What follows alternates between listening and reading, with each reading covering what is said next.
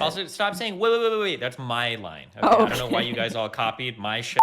Okay. Am I stealing from you? Well, you also Yes. stole being based in right wing from me, so that's okay.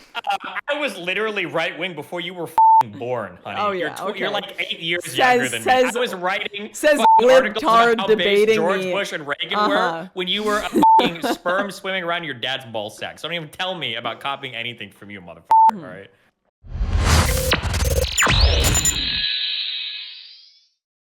We're going to be talking to a guy named Lycan. I've never spoken to him before. I think he's a friend of Destiny's, and he was quite upset by a few tweets of mine, particularly tweets where I insinuated that Justin Trudeau was a girl.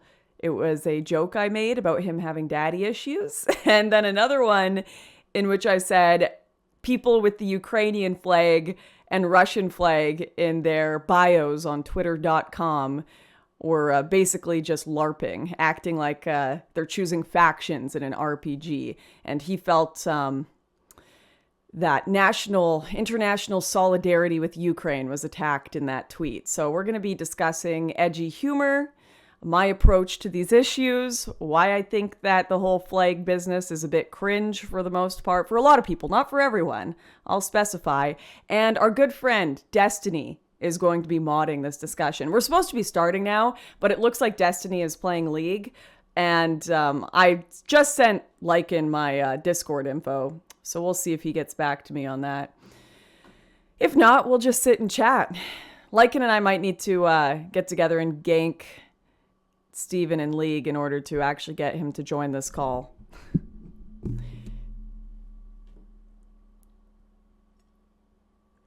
We got a big glass of wine, but this is my first glass of wine today, so we're keeping it classy. This is all I'm drinking for the debate. We got to be sharp, all right? Destiny is busy trolling Has. Right, they've got some pretty good nicknames for each other. I like the Kremlin Gremlin, or whatever it was. I've only seen a few of the Twitter back and forths, but they're fun. T-Man says, you'll win easy. You don't... What's the phrase? Here we go. This is why I won't win easy.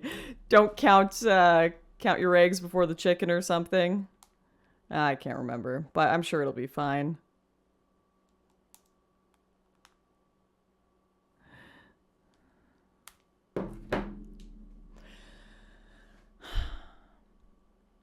Hey, Lauren, I need to understand your position on Ukraine. I think invading other countries is generally a bad thing. Generally not a great thing. I understand why Putin wouldn't want Ukraine in NATO. That's completely reasonable. It's a buffer state. Why would you want them aligned with the states that you're trying to buffer from? Duh. Although Zelensky just said they're not going to join NATO, so that's pretty, getting some reasonableness there back and forth. But going in and, hey, we're just going to bomb the shit out of you. If you even think about it, obviously not very nice neighborly behavior, so to speak. I do get annoyed. I gotta say, I get so annoyed with the way people are behaving around all of this. You have any nuance whatsoever, and people are like, you are literally a Kremlin spy. Why don't you go marry Putin? You post something funny or like make fun of some stupid shit people are doing around the Ukraine stuff. Like people are doing TikTok dances to save Ukraine. You make fun of that and suddenly you're a Kremlin spy. I'm sorry. Like 90% of these people didn't even know where Ukraine was on a map 2 weeks ago. If I want to poke fun at them, I'm going to poke fun at them. There's a lot of idiots involved in this discourse, a lot of just made up shit. And even if it's so annoying too, because there's so much fake shit coming out of Ukraine. It's like you're being invaded. You don't need to lie. You don't need to make stuff up. You're being invaded. Like, you don't have to make up bullshit. And yet you're getting so much fake news out of there, like the Snake Island, Ghost of Kiev stuff. And if you correct it, people are getting pissed. They're like, why are you siding with the Russians? No. Like, I just want accurate information. What's wrong with that? I'm so irritated. Also, like, all these people that are like, I'm going to punch Putin in the face. Putin is literally like Hitler. Putin is Sauron or some fucking, you know, fantasy character. They're all, what's the Harry Potter one? Voldemort. Putin is Voldemort. I'm gonna Avada Kedavra him. Like, wow. Whew. Pretty impressive. That's so brave of you to be against Putin. Like, just, you know, support Ukraine. Do something. Go, you know, donate to the refugees. If you're in Hungary, if you're in Poland, go help people out. But I don't know, the online posturing and back and forth, it's so, don't like it. Don't like it, all right?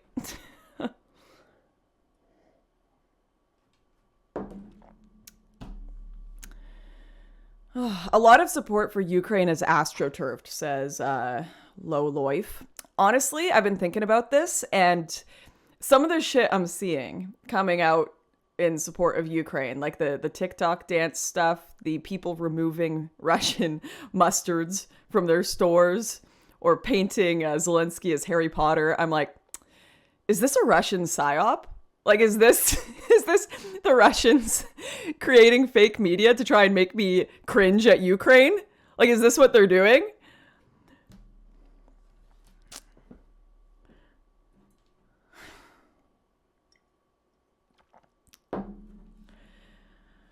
I just hate the current thing shit regardless of the issue, says not quite great. Yeah. That's what's, Ryan Long did a great sketch on it today. While we're waiting, I'll quickly check if, I'll message Lycan. Hey, you ready?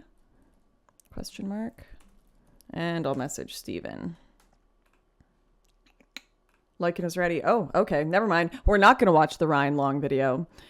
Okay, I'm here. I guess, should I create the call? Should I create group call?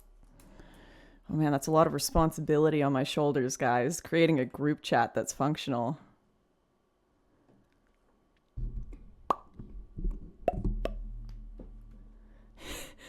T-Man added permitted term, pedor.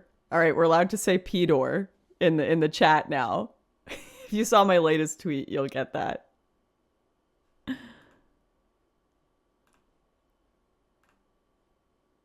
Oh, shit. I asked Destiny if I should create the group call, hoping that he'd say, no, I'll do it. So now I have to do it, and I've never done this in Discord. Okay. All right. I'm pretty sure I can. I don't have him as a friend. What the? Actually, woman moment. I lied. I don't even have Lycan as a friend on Discord. Haha. There we go.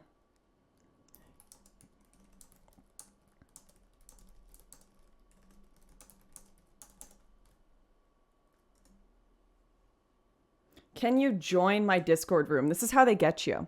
All these like people that I debate, they're all like, oh, you have to join my Discord group. So now I'm in all these ridiculous Discord groups that have like 10,000 comments in them, like Fnatic and Prime and all these people. And I don't want to be in them, but as if I'm going to do the Googling for 10 seconds to figure out how to leave. All right. What is a Destiny? What's Destiny's Discord?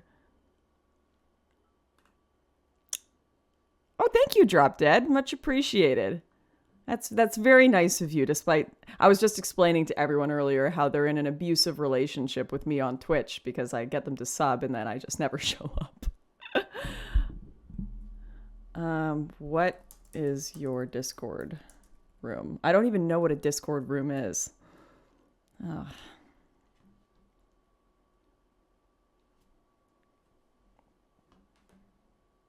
I got a real white woman hours here, right? I got myself a aloe rosewater facial spray for when I get real mad. We can cool off, all right?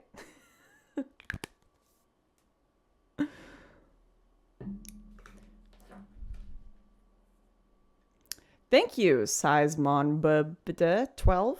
I definitely pronounced that right. We'll powder up for the debate a bit. Oh shit. Destiny's like, oh wow, you're not even a member of my Discord server. I see how it is. Yeah, that's right. I don't even know what your server is. I don't understand any of this. People think I'm just like so above it all, but really I just don't understand it. I'm like, I've never even heard of you. Not because I don't want to, but literally because I don't know how.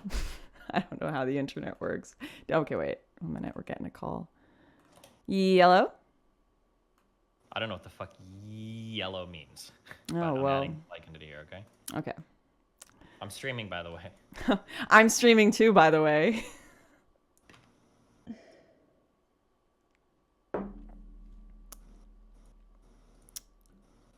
Hello. Hello, you two. Tonight, Hey. we come together Hi. for what I'm sure is going to be an amazing conversation between the two of you. Yep. Are we doing video or? Yeah, I'll turn that. It's going to take me like 40 minutes to figure out how to turn that on, but I'll do it. Do you have one camera or two cameras? Wait. Look at, watch this. Oh, you're going to do that. Oh my goodness. Pro here. Wow. That silver YouTube button back there, just absolutely perfect. Nice job. They loved sending that to me. What's the next one? Is it 500K or 1 million? 1 million. So Okay. we got 300K to go, team. All right, 300K, and then Susan Wojcicki herself is gonna have to send me one of those. Nice. Twitch are trying real hard not to send me that box with the Twitch socks in it, but we're gonna get those too. Yeah. Well, once you're streaming more than 2 hours a month, I'm sure you can qualify for it. This is clearly just discrimination against conservatives. Has absolutely nothing to do with me never streaming. Nothing to do with discrimination against conservatives. That would be horrible. It's all about discriminating against women, which is based. True. Okay, wait. I've lost my Discord window somehow. Where did it go? There are only so many places in front of you where it can be. Are you looking on your monitor? No, I did a pop out. I did the pop out, and then it just disappears. All right. Well, you know what?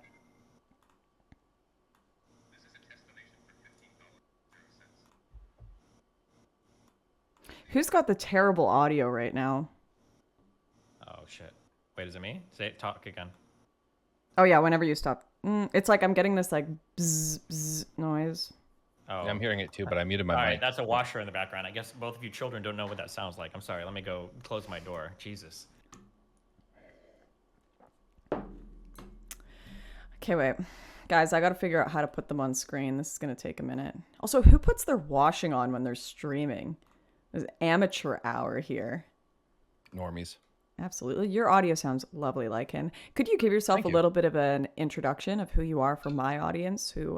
Yeah, actually, let's do this now so that it doesn't sound like some weird pre-debate capitulation. Like a lot of people will come on and just, you know, I don't hate you. I just want you to know. But yeah, so I used to do a lot more streaming back in like the StarCraft days. Don't do a lot of that shit now. So I'm a normie that just kind of hangs around here, lurks a bit. I am obviously very interested in politics. I grew up very conservative, very Christian, and I was pretty conservative until I called myself a conservative up until just before 2019, so late 2018. Started having a shift in views in 2015, and now I consider myself a pretty progressive individual. I like week-long trips to the beach. I cook a lot. I am a master manufacturer of an old-fashioned, and I have a love for collecting cookbooks.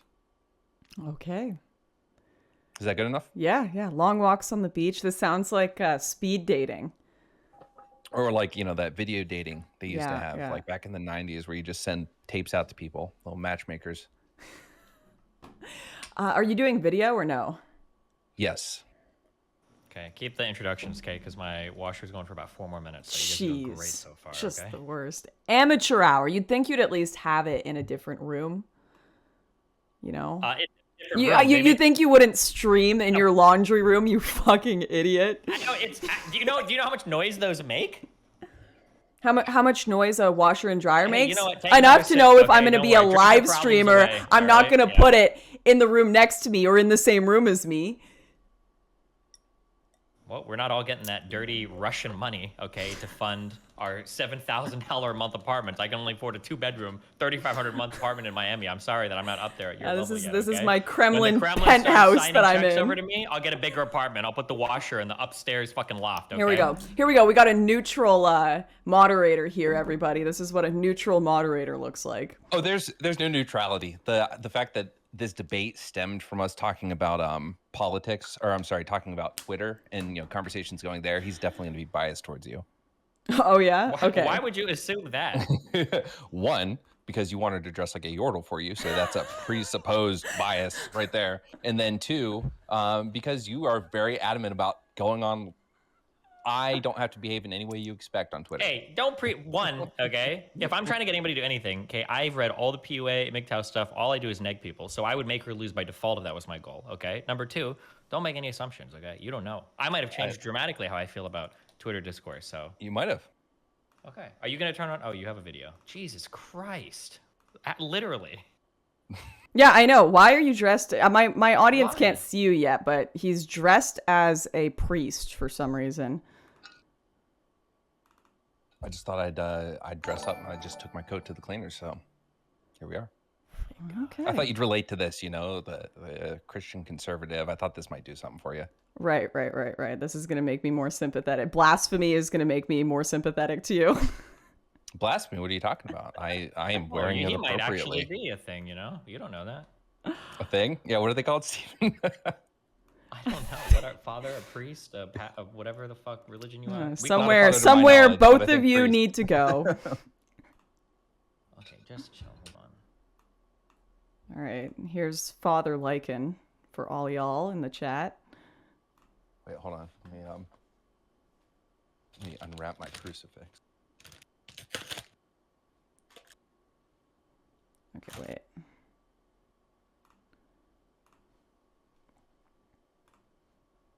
In nomine Patri et Filii et Spiritus Sancti.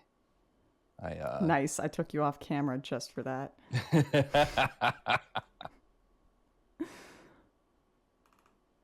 All right. I think I got you both not liking. Stop casting fucking spells, all right? I'm not that kind of priest, dog. It's real life, not WoW. Oh, no. Okay, let me comb my hair real quick. Okay, good job, guys. Sorry, guys. It's going to take me a while to figure out how to put him on screen again. I took him off and then lost it. Gone. You can always find your way back to Christ. True. Based. All right.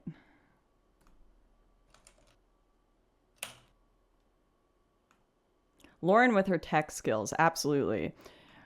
When I start streaming more than 2 hours a month, I assume I'll improve at this.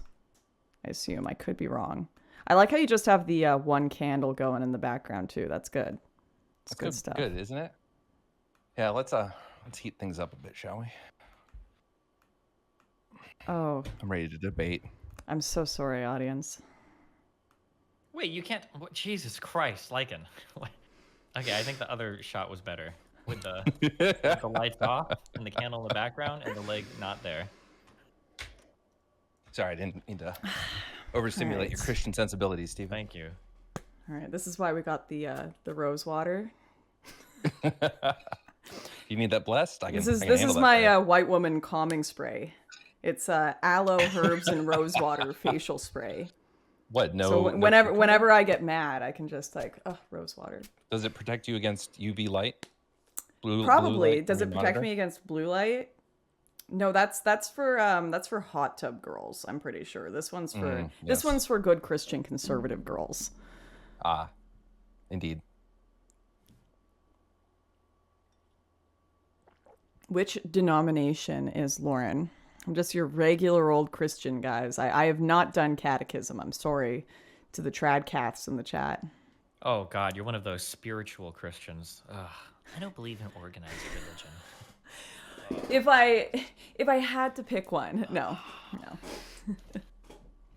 here. Oh, no. Can I move you guys around? Never mind. You don't need my camera. You're good. All right. Too lazy to reset all this shit. So, Lycan, what were your qualms? What were your qualms with me? Shall we jump into that? Are you ready? Is your laundry done? Do you need to fold your laundry? Do you need Lycan and I to come over there and fold your laundry for you before we start? Is that what's at stake for this debate for the loser? Yeah. Okay, everybody, welcome, okay? Now, we are joined today in unholy dueling between Lauren Southern and Lycan Anthrope, okay? Over a disagreement about Lauren's highly inflammatory Twitter comments. Who wants to start? I'll kick it off because I want to baseline us on what we're going to talk about, because a big question's been, what are you going to debate? And it's kind of like, well, we're really just going to have a discussion about some Twitter disagreements. It's not a discussion. This is a debate. Oh, we'll get there. We'll get there. So the 3 points. One is going to be on the use of.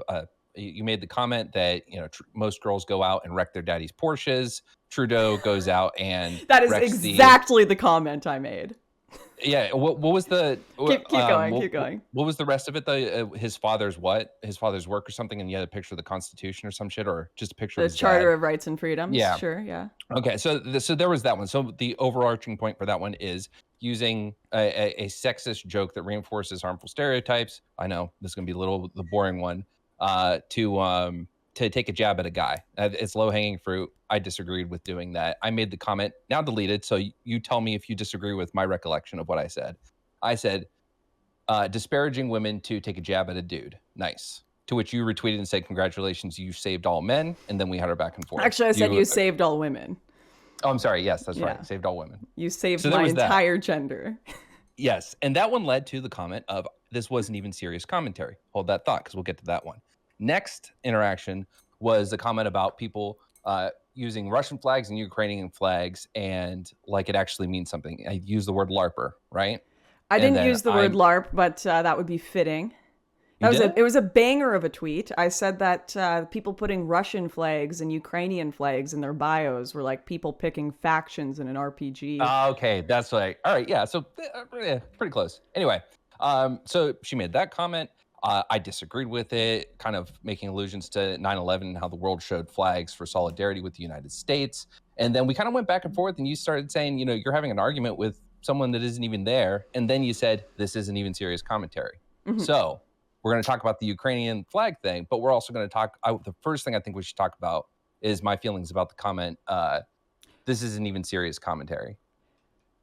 Okay. Because I want to watch that one out, because when people see this, or the things we're going to talk about, some are going to think this is a little trivial. Why'd you go after it? It's because at the end of the day, I think that little things can still amount to a bigger picture of someone's way they operate and the way they view the world. So while it wasn't super serious, I do think the first one was pretty serious, because you were saying that Trudeau's fucking up the country in a document or a piece of your Constitution. I don't know what that's called. Yeah, it's technically in the Constitution, but it's specifically the Charter. Yeah. So while you were making a joke and a flippant comment, I believe you were making a serious bit of commentary about your prime minister, or what do you call him? President? Prime minister, yeah. Prime minister. Okay. Would you agree you were, even though joking, making a serious comment? I mean, if you want to take the fact that I dislike Trudeau, and I think that he has, to an extent, gone against kind of the values of Canada and the Charter, for sure, but it wasn't like, let's have a hard-hitting discussion about how he's violated the Charter. It was just a joke. But you believe what you're saying, right? Like, you think that... No, I don't think that Justin Trudeau is a girl with daddy issues. No. Oh, hold on. One second. I'm tapping the judges panel here, and hold on. Well, no, hold on. Wait, right, excuse me. All right. They're letting me know that we are going to need a serious, committed answer from you here, Lauren. Was it meant to be a serious commentary on Justin Trudeau's prime ministership or not? We're going to need a firm answer on that. No, it wasn't. Okay. I think, and I don't think this is the biggest thing to disagree on, I think it was. I think you have a feeling about him, and I have that feeling, which coincides with the joke, but it wasn't meant to be a serious political analysis to any degree, no. Sure. No more than talking about people putting flags in their bios being like factions in an RPG is a serious political commentary. But you do have a genuine feeling about it, right? So even if that about the wasn't issue meant for to sure, be, yeah. Yeah. Okay. So that's what I say when I say you're like, it's not even serious commentary. And I'm like, yeah, well, you're still having a bit of commentary, even if it's joking.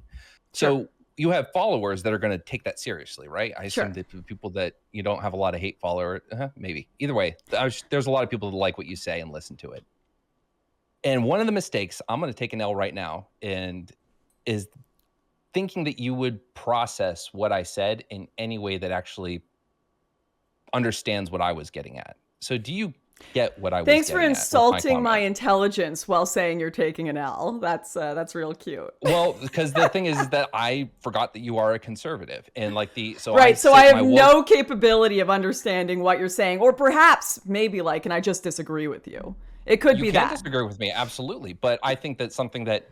So you invoked the name of our good friend here, Steven, and said that Steven is a fan of banter and would agree with me. And to which I said, no, he wouldn't. And this is Steven, where your integrity gets tested.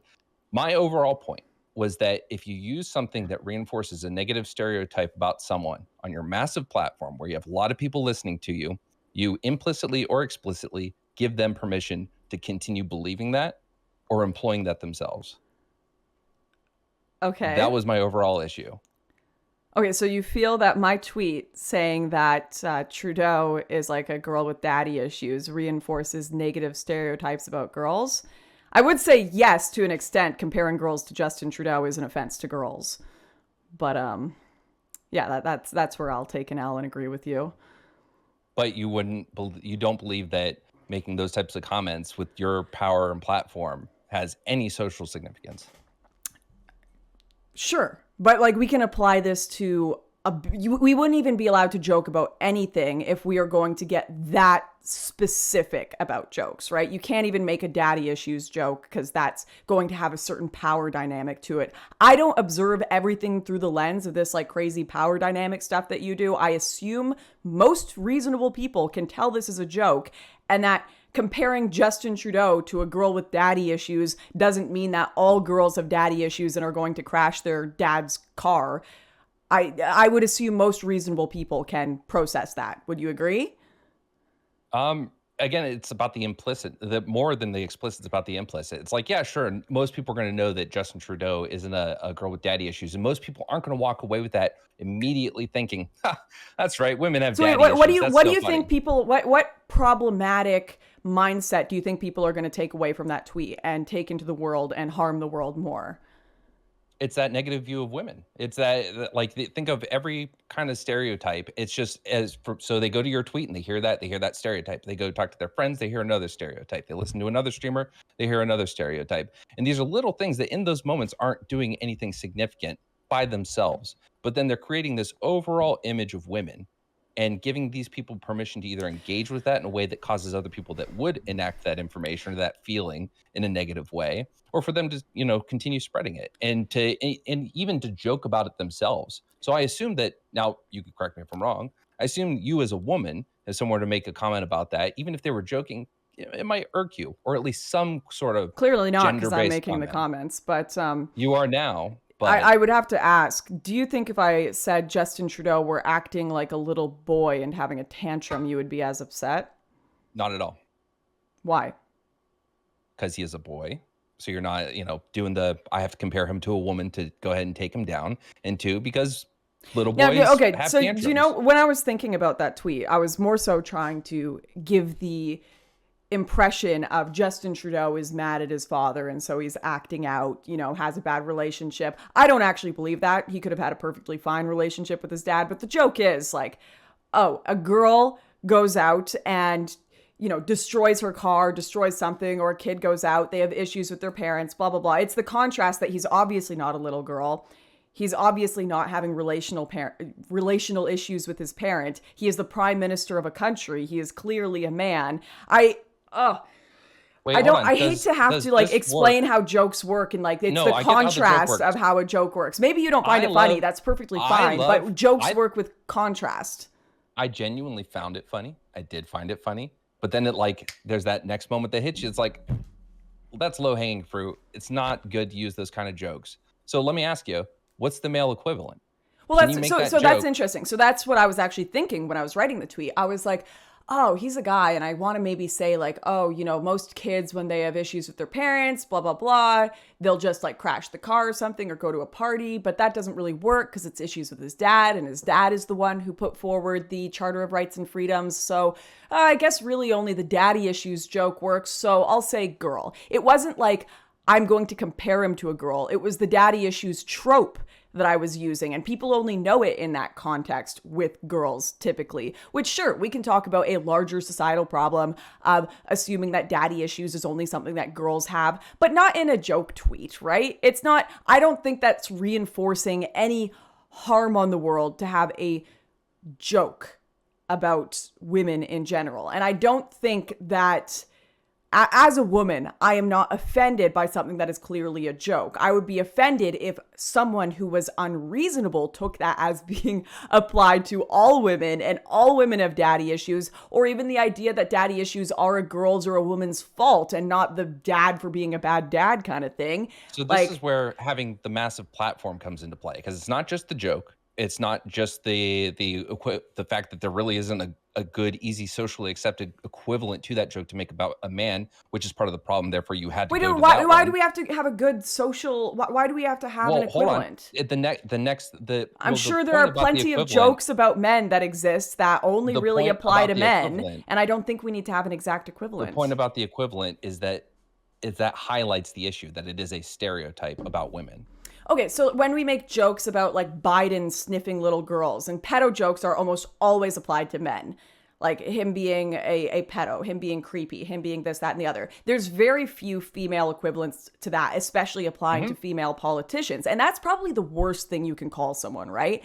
I am not offended as a woman. I'd maybe be offended as a guy that there's no female equivalent, but that's just how the world works, because that's how gender dynamics work. There are differences, and stereotypes and jokes are based on sometimes exacerbating those differences and taking those stereotypes and exaggerating them in circumstances and using them. As long as people understand it as a joke, and I don't literally think all young girls are dumb and stupid and destroy their parents' stuff like Justin Trudeau. Like, I don't think a reasonable person believes that. If you think reasonable people genuinely take that conclusion, well, I'm very concerned about your view of the average person. I don't think the average person is particularly, 10,000 IQ out here, but they're not that stupid.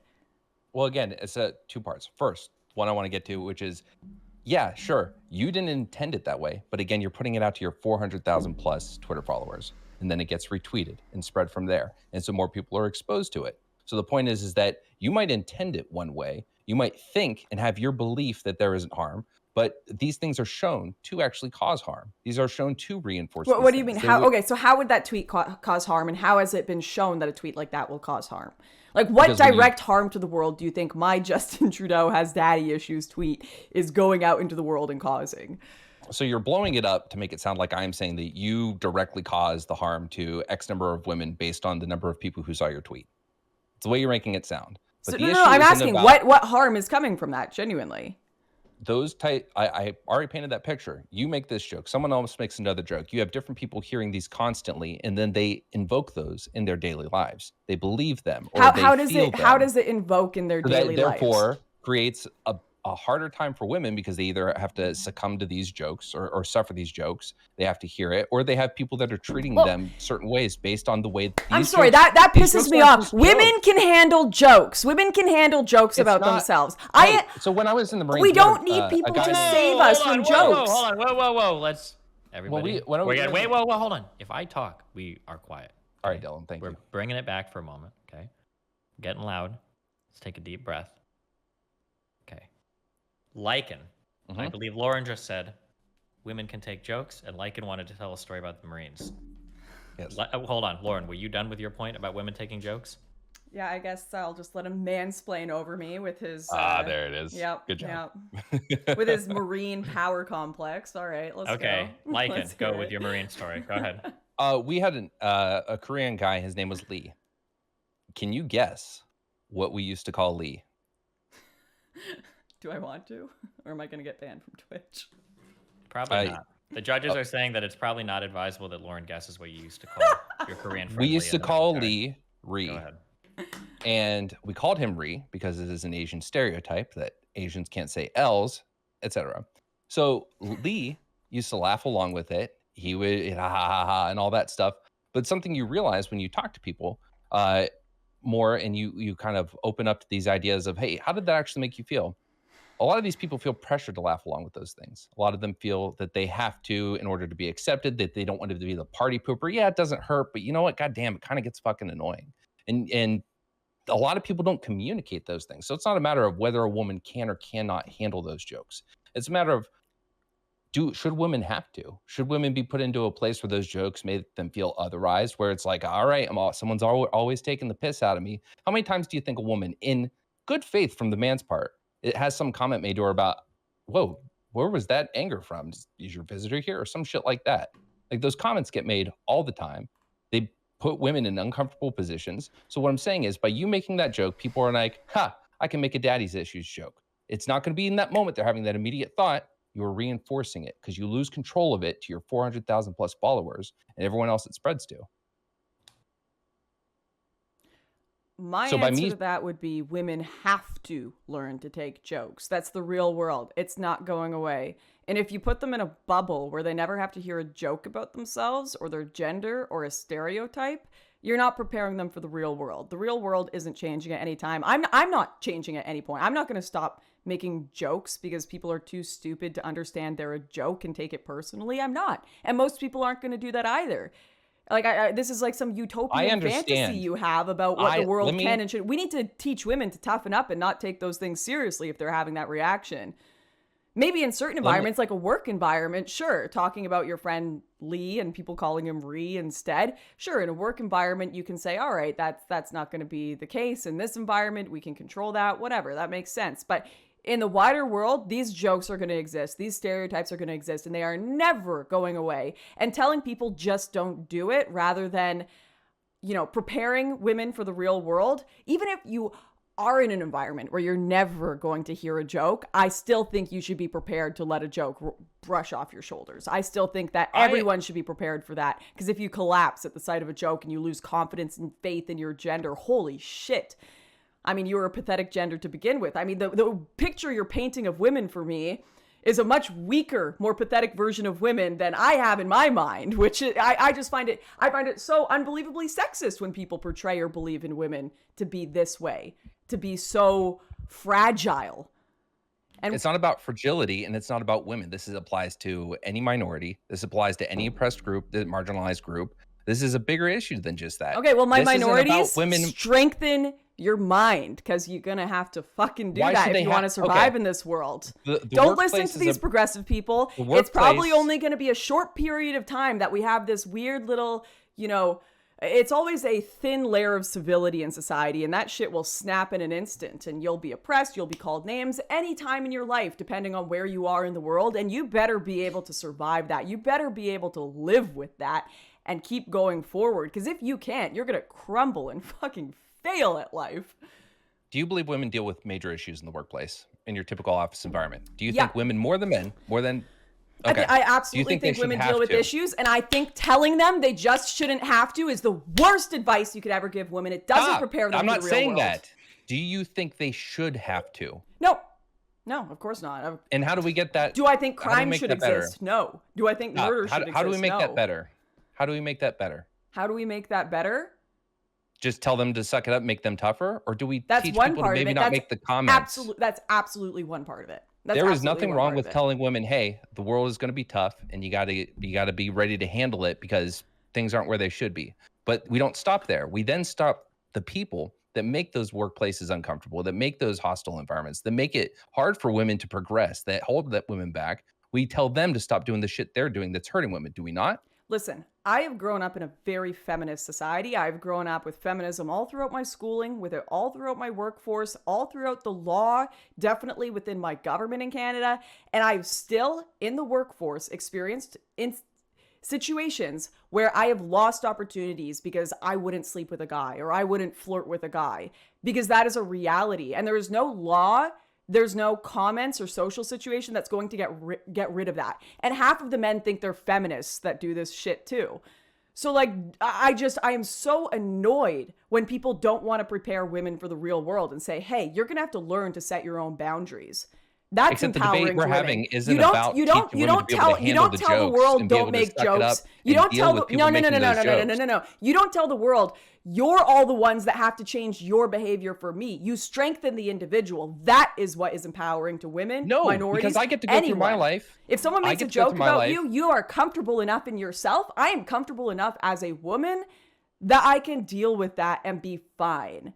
And I can see when someone is serious about a joke about women and they're genuinely trying to take them down a notch, they're pretty insecure as a man. I can see that. You got to teach women that. You don't just tell them to crumble. You never should have to hear that. You'll never have to deal with that in your life. We're going to create an environment where it's never going to exist because that's impossible. It's not going to fucking happen, man. It is going to happen. The more we teach people that you don't make these comments and you don't make these jokes. Excuse me. We need to let Lycan get a full thought out here. He's being cut off quite aggressively. Sorry, Lycan. This is what an empowered woman sounds like, Lycan, all right? Lycan, go. Yeah, you know what? I'm not liking it. I think I'm going to take Lauren's side on this. Fuck this bullshit. Don't talk to me like that. No. There you go. Stand up for yourself. Listen, lady, okay? At the end of the day, we don't just, like I said, we don't stop at just telling them, hey, toughen up. We want people to stop doing this. I get to go through my life as a man, as a white man too. So I'm going to do the white man card. As a white man, I don't deal with the implicit stereotypes that black people deal with on a daily basis. I go through less stress, less scrutiny, less suffering because I don't have to deal with that. So my day to day is just insanely fucking better than your average black person living in an area where they're being discriminated against. And the same goes as being a man. I am living my life as a man, getting promotions, getting raises, not being thought about as bitchy or pushy or all these other negative stereotypes that are associated with women when they do what men do, which is be assertive and work for yourself, defend yourself, promote yourself, things like that. So I don't have to deal with that. So I get to go ahead and do good work, get promoted, feel success, and not have to have any of that other shit pushing against me. So it's not enough to just tell someone, hey, the world's going to be tough, because it's tough for men too. The world's going to be tough and you got to stick it out and go fucking against it. You also have to get everyone else to stop making it tough for these people. Guess what? And that's what I'm talking about. Yeah. And so when you make those jokes on Twitter, again, you empower other people, you encourage other people, you give them implicit or explicit permission to go on and make those jokes. And then that just contributes to their overall view of women. They start making those jokes. And next thing you know, that other person says, well, someone must have daddy issues. And then homegirl 3 cubicles down hears that. And now it's like, God fucking damn, dude, another thing. I respect your understanding of the female experience. I do. But I actually think you're coming at it from, yes, a male privileged position where you can't see that even in the most feminist environments. You will have men preaching feminism to you, and then the next moment they'll be shitting on you for being a woman in some way. Like I had a feminist journalist follow me around for years. And I was talking to him about, I want to make sure that women are portrayed in a light that is about our success, that is about our perseverance, that is about how there are women who can work in this industry. And the only thing he wanted to talk about was my status as a woman and my oppression as a woman and how I dealt with misogyny. So like this perspective and this view of women as only victims of misogyny, as only oppressed, is in itself a form of sexism. Just see us as the same.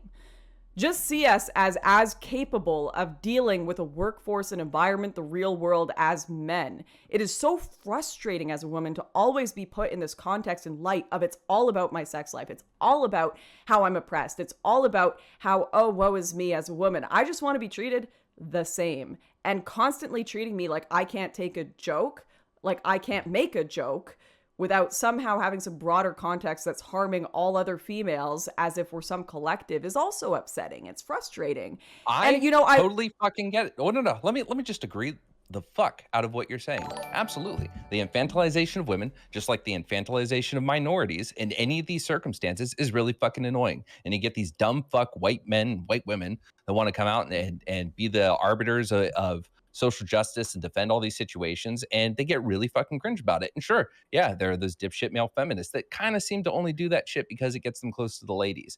I totally get that. All that shit you're saying is fine. But at the end of the day, what this comes down to is you are an erudite, intelligent, well-spoken woman who can do a lot of funny shit. I thought I wasn't even capable of understanding you.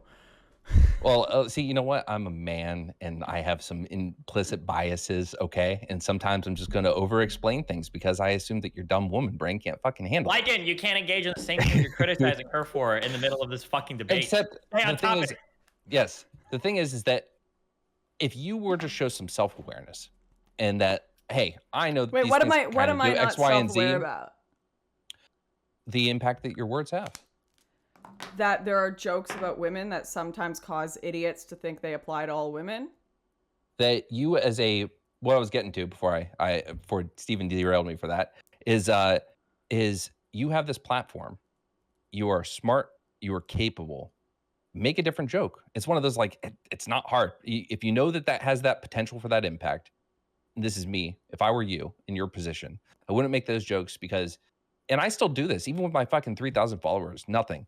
I'll tweet something like almost immediately, fuck. Or if someone comes at me, and this is kind of something that bothered me about our interaction. If someone comes at me, it might feel petty. It might feel stupid. It might feel dumb that I had to overqualify it to not get that kind of response.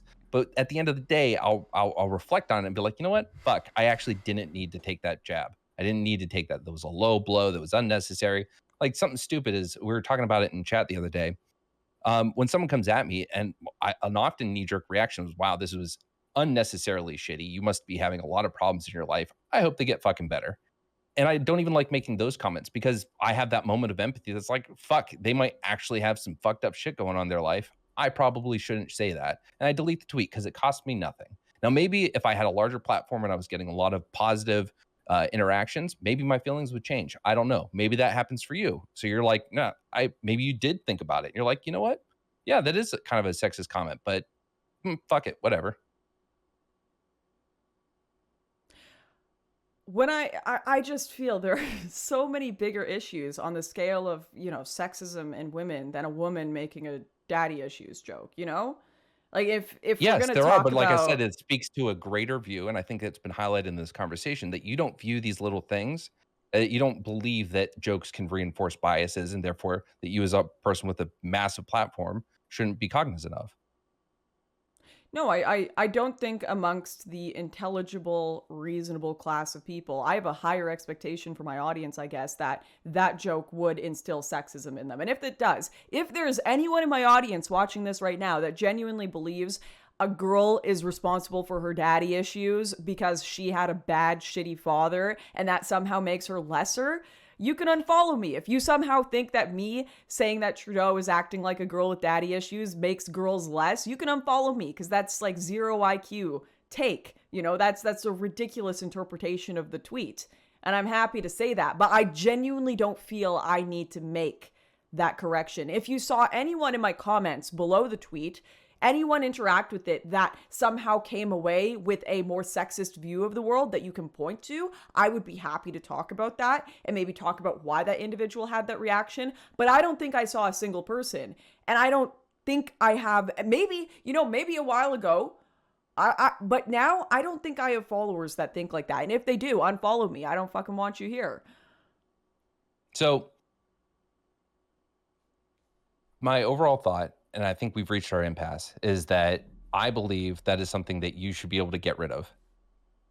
What is something I should be able to get rid of? That type of joke. Like, it's something that doesn't... But if my audience all understand it and they're capable of... But you don't know that. You have 400,000 followers. Have you made them all sign some sort of consent form that they can grab? You know what I mean? Like, the bigger you get, the harder that's going to be able to manage. You lose control of it. You invoked the name of our good friend Steven, our good friend Destiny here, saying that you think he would agree that this... Hold on, I got the perfect example. Yes, let me set Steven up real quick. All right. Steven, it's a really funny name? Mm-hmm. Buttigieg. Do you know why that's funny? I can think of a few. You know what? It's actually a really good... Hold on. Oh, I'm sorry. The judging panel just told me that I cannot intervene in your guys' discussion, and I will not be weaponized as a tool by either. I'm going to weaponize the shit out of you. Both let me bring this up. For even trying it. Do you think that if you didn't know who Mayor Pete was, Do you think if someone was named Buttigieg and you called him Booty Judge, that would have some? Yes, there you go. So our boy Destiny here, and now Hassan Piker, you would assume is a person that has a positive feeling about the gay community, right? Sure. Okay. Well, Hassan Piker, leading up to the election in 2020, he was calling Mayor Pete Buttigieg Booty Judge. Can you think about why that would be problematic? Sure, because he's gay. Exactly. And so there are now going to be people that take that joke, run with it, and call Mayor Pete Buttigieg Booty Judge. That's a problem. That's not good. It's a funny fucking joke. And if you want to say it, here we go, Destiny. In private, fucking fuck Booty Judge. He just I feel like the world would just be lame if we didn't have like Kung Flu, Booty Judge. If we didn't have these things. So much. And no one wants to listen to a streamer who speaks to them in this official capacity like they're children. They want to have a streamer or a human being that talks to them the way they talk to their friends. The way that they talk in private. Edgy jokes. I want edgy jokes. I want people to be able to make edgy jokes and then have the world come to them and say, hey, man, maybe you shouldn't do that. And then we move on. And then we grow and we learn. But instead, we've got this fucked up system where we have people that make the edgy jokes and then the people that try to ruin the lives of the people who make edgy jokes. What kind of jokes should we be allowed to have? But the thing is that we live in a world where those jokes do have an impact. And until we fix those, until we ameliorate those issues, we ought to be cognizant of that. But that's not going to happen. Like, we both know these issues are never going to go away. There is no realm. There is no multiverse of planet Earth where humans still have the same psychology, we're still made the same way, in which these issues of racism, sexism, homophobia, crime, all of it, these things will never go away. So we can't wait for that existence to laugh at the world. We can't. We gotta just keep laughing. Otherwise, we're gonna be miserable. Except that isn't the case. Like I said, with the jokes, those are things that weigh on minorities. Like, how many times do you think black people who have a group of white friends and that all those fucking white friends make the same dumb fried chicken and collard green jokes? Do you think at some point they're like, 2000s, all right? We're past that. There are still people who do that. We've upgraded our jokes, all right? Like I can't. I'm ashamed. Kind of, because it's like, on one hand, yeah, I was having fun with, my minority friends, but on the other hand, how many of them were fucking sick and tired of this? And that is the reality. That's the same for women. Do you think that's the same for minorities? Do you think that Christians are tired of making fun of making fun of their religion like you did at the beginning, where you're wearing tights and making fun of, Christians being against hypersexualization? Do you think that Christians are tired of that? I'm sure, but I still think you should be allowed to make the joke. But see, as a former Christian, I felt that way. And then if I were to defend myself now as a former Christian who still has a lot of respect for religion, and I haven't turned into some militant atheist or any shit like that, I have like a better feeling about jokes on religion and Christianity. Like, I used to get really upset. So you're not a Christian anymore, and now you have a better feeling about jokes against Christians? Yes. The judges would like to inform Lycan that he's basically walking Lauren into an argument where she can say, well, since I'm a woman, shouldn't I be able to joke about women like you can about Christians? So the judges would like to caution you from that path. Carry on. Shut up, Destiny. Just let him do it. What harm are Christians experiencing in comparison to women or black people? Christians are being oppressed. Like, the Western world is not the only place that exists. No. Right. We're talking about modern Western world for this, because otherwise women are in way worse within the West. There are a lot of stereotypes about Christians. There are a lot of stereotypes. Yeah, a lot of stereotypes, a lot of hatred towards Christians. I'm sure it causes. In fact, I know it causes a lot of social harm in the lives of Christians. They see them as prudish. In fact, this was something I had a guy in my class when I was in grade 12, and I'm not joking. It was disgusting. He would take a pen and he would bang it on his desk and say that there was no dick that would fit in me because I was such a prudish virgin Christian girl. I'm not joking. That happened to me when I was in high school. So if you want to talk about how there's no harm against Christians, like... Wait, hold on. I'm just not going to have that conversation. To what degree were you being constantly harangued for being Christian? It wasn't always, but there were absolutely people who came against me and said I was, ignorant for being Christian, that I was so prudish, this and that. That existed, and it does exist. So are we going to judge, like, to what degree are you harassed for being a woman? And that's the degree that people can make jokes against you? I would feel fairly confident saying that as a whole, Christians do not experience in the modern age the type of oppression that women do. So we're allowed to make jokes against people as long as they're not so oppressed. So we That's can start making daddy issue jokes as soon as women are equal. Dude, like, the moment that fucking my belief is that, now that I could be wrong, but my belief is that once Black people are quantifiably on the same plane, do not deal with the same issues or same shit, I'm going to be able to call all my friends the N-word and no one's going to give a fuck. Because that is usually, if you argue with anyone in the super social justice circles, the reasons you can joke about one thing, can't joke about another, are the levels of oppression, the levels of harm experienced, the quality of life of an individual who's constantly bombarded with those types of stereotypes, jokes, comments. We can't measure the level of harm done to people. We can't. So the joke you're making right now about Christian sexuality, there are a lot of Christians that are going to be offended by that and upset, and that you're making a joke of their religion wearing tights and a priest outfit. So actually, there are going to be a lot of Christians that genuinely feel their religion, you're allowed to joke about it, where you're not as so much allowed to joke about things like Islam. You're not so much allowed to joke about things like Judaism. And their religion, you're just allowed to do as many sketches as you want, as many jokes, shit on it as much as you want. And that's people's God. That's their way of life. Lauren? And you're allowed to joke about it, but I can't make a joke about women, what I am. I can't make a joke about what I am, but you can make a joke about a faith you don't even adhere to. Hold on. So here's the thing. You make a good point. Of course I did not put 2 and 2 together. I came here. There's actually logs of me to prove this. So if you doubt it, I asked chat early in the week or before our last debate schedule, should I go with the thigh highs or should I go with the priest outfit? I did not think about how combining the two might come off as commentary in a negative way. And for that, to anyone that saw it, I apologize. I took the panties off.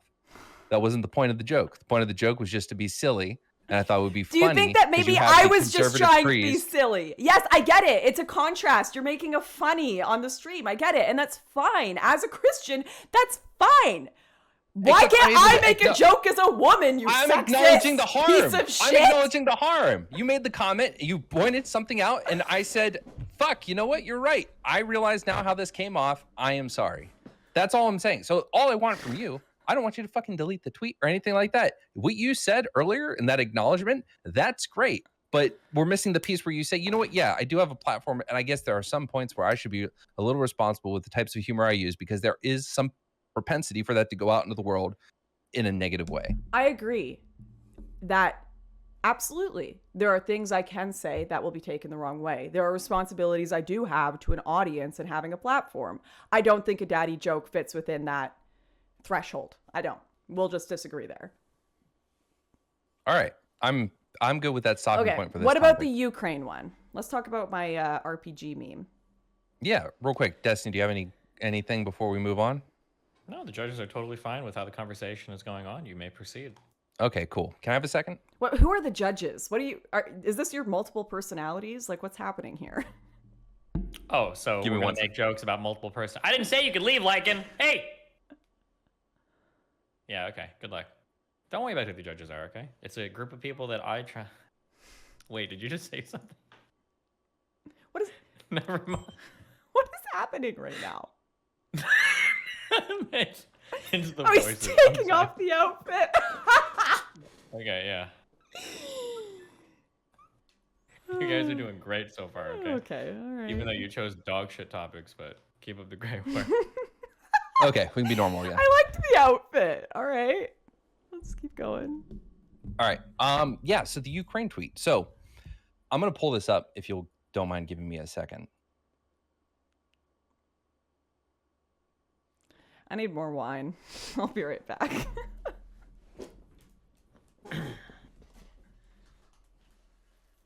How do you feel like it's going so far, Lycan?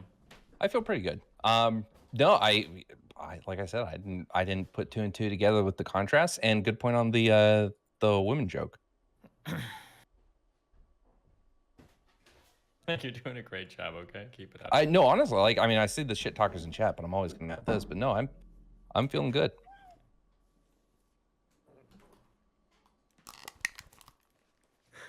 I don't know why the most dog shit memes are just entertain me so much. I hate myself. What is this meme that we're looking at? It's just, I can't even really explain it. It's just so stupid. Don't worry about it. Okay, what do you guys are up next? What are you guys talking about? Say Obama. We say that for me, Lauren? No. I don't need to hear it anymore, okay? Go. Next topic. Who's taking the lead on this? Obama. God, I can't stand it. All right. So Lauren says, and I'll link this in chat for the peeps. Obama, yes. All right. So people putting Ukraine and Russia flags in their Twitter handles, like they're choosing factions in some RPG. To which I replied, "How did you feel about the world raising American flags after 9/11?" To which you said, "The same way I feel about people raising Ukrainian flags, doing it on Twitter behind some Anon account and arguing with another Anon account with a different flag charm while posting memes about the war all day is just fairly galling compared to raising a flag IRL." To which I said, "Except that's not what you said." The response is so nuanced. Anyway, the point is that your follow-up seemed a little way too extra nuanced to be exactly what you meant in the first one. So that's my first point of contention. It's Twitter. Like, because you're right. Yes, it is 240 characters. Thank God for threading, though, right? It's twitter.com. Okay, cool. So let's say that I believe you, and that is 100% what you meant in the first one. I still think my point stands. This is the when we get further into the conversation on Twitter, my overall point is that this is the modern age. And so whereas after 9/11, I'm sorry, how old are you? I'm 26. Jesus. Okay. After 9/11, there were a lot of newspaper articles. There were a lot of images on the news of people around the world holding flags, singing the national anthem, and showing some sort of solidarity for the American people after the tragedy.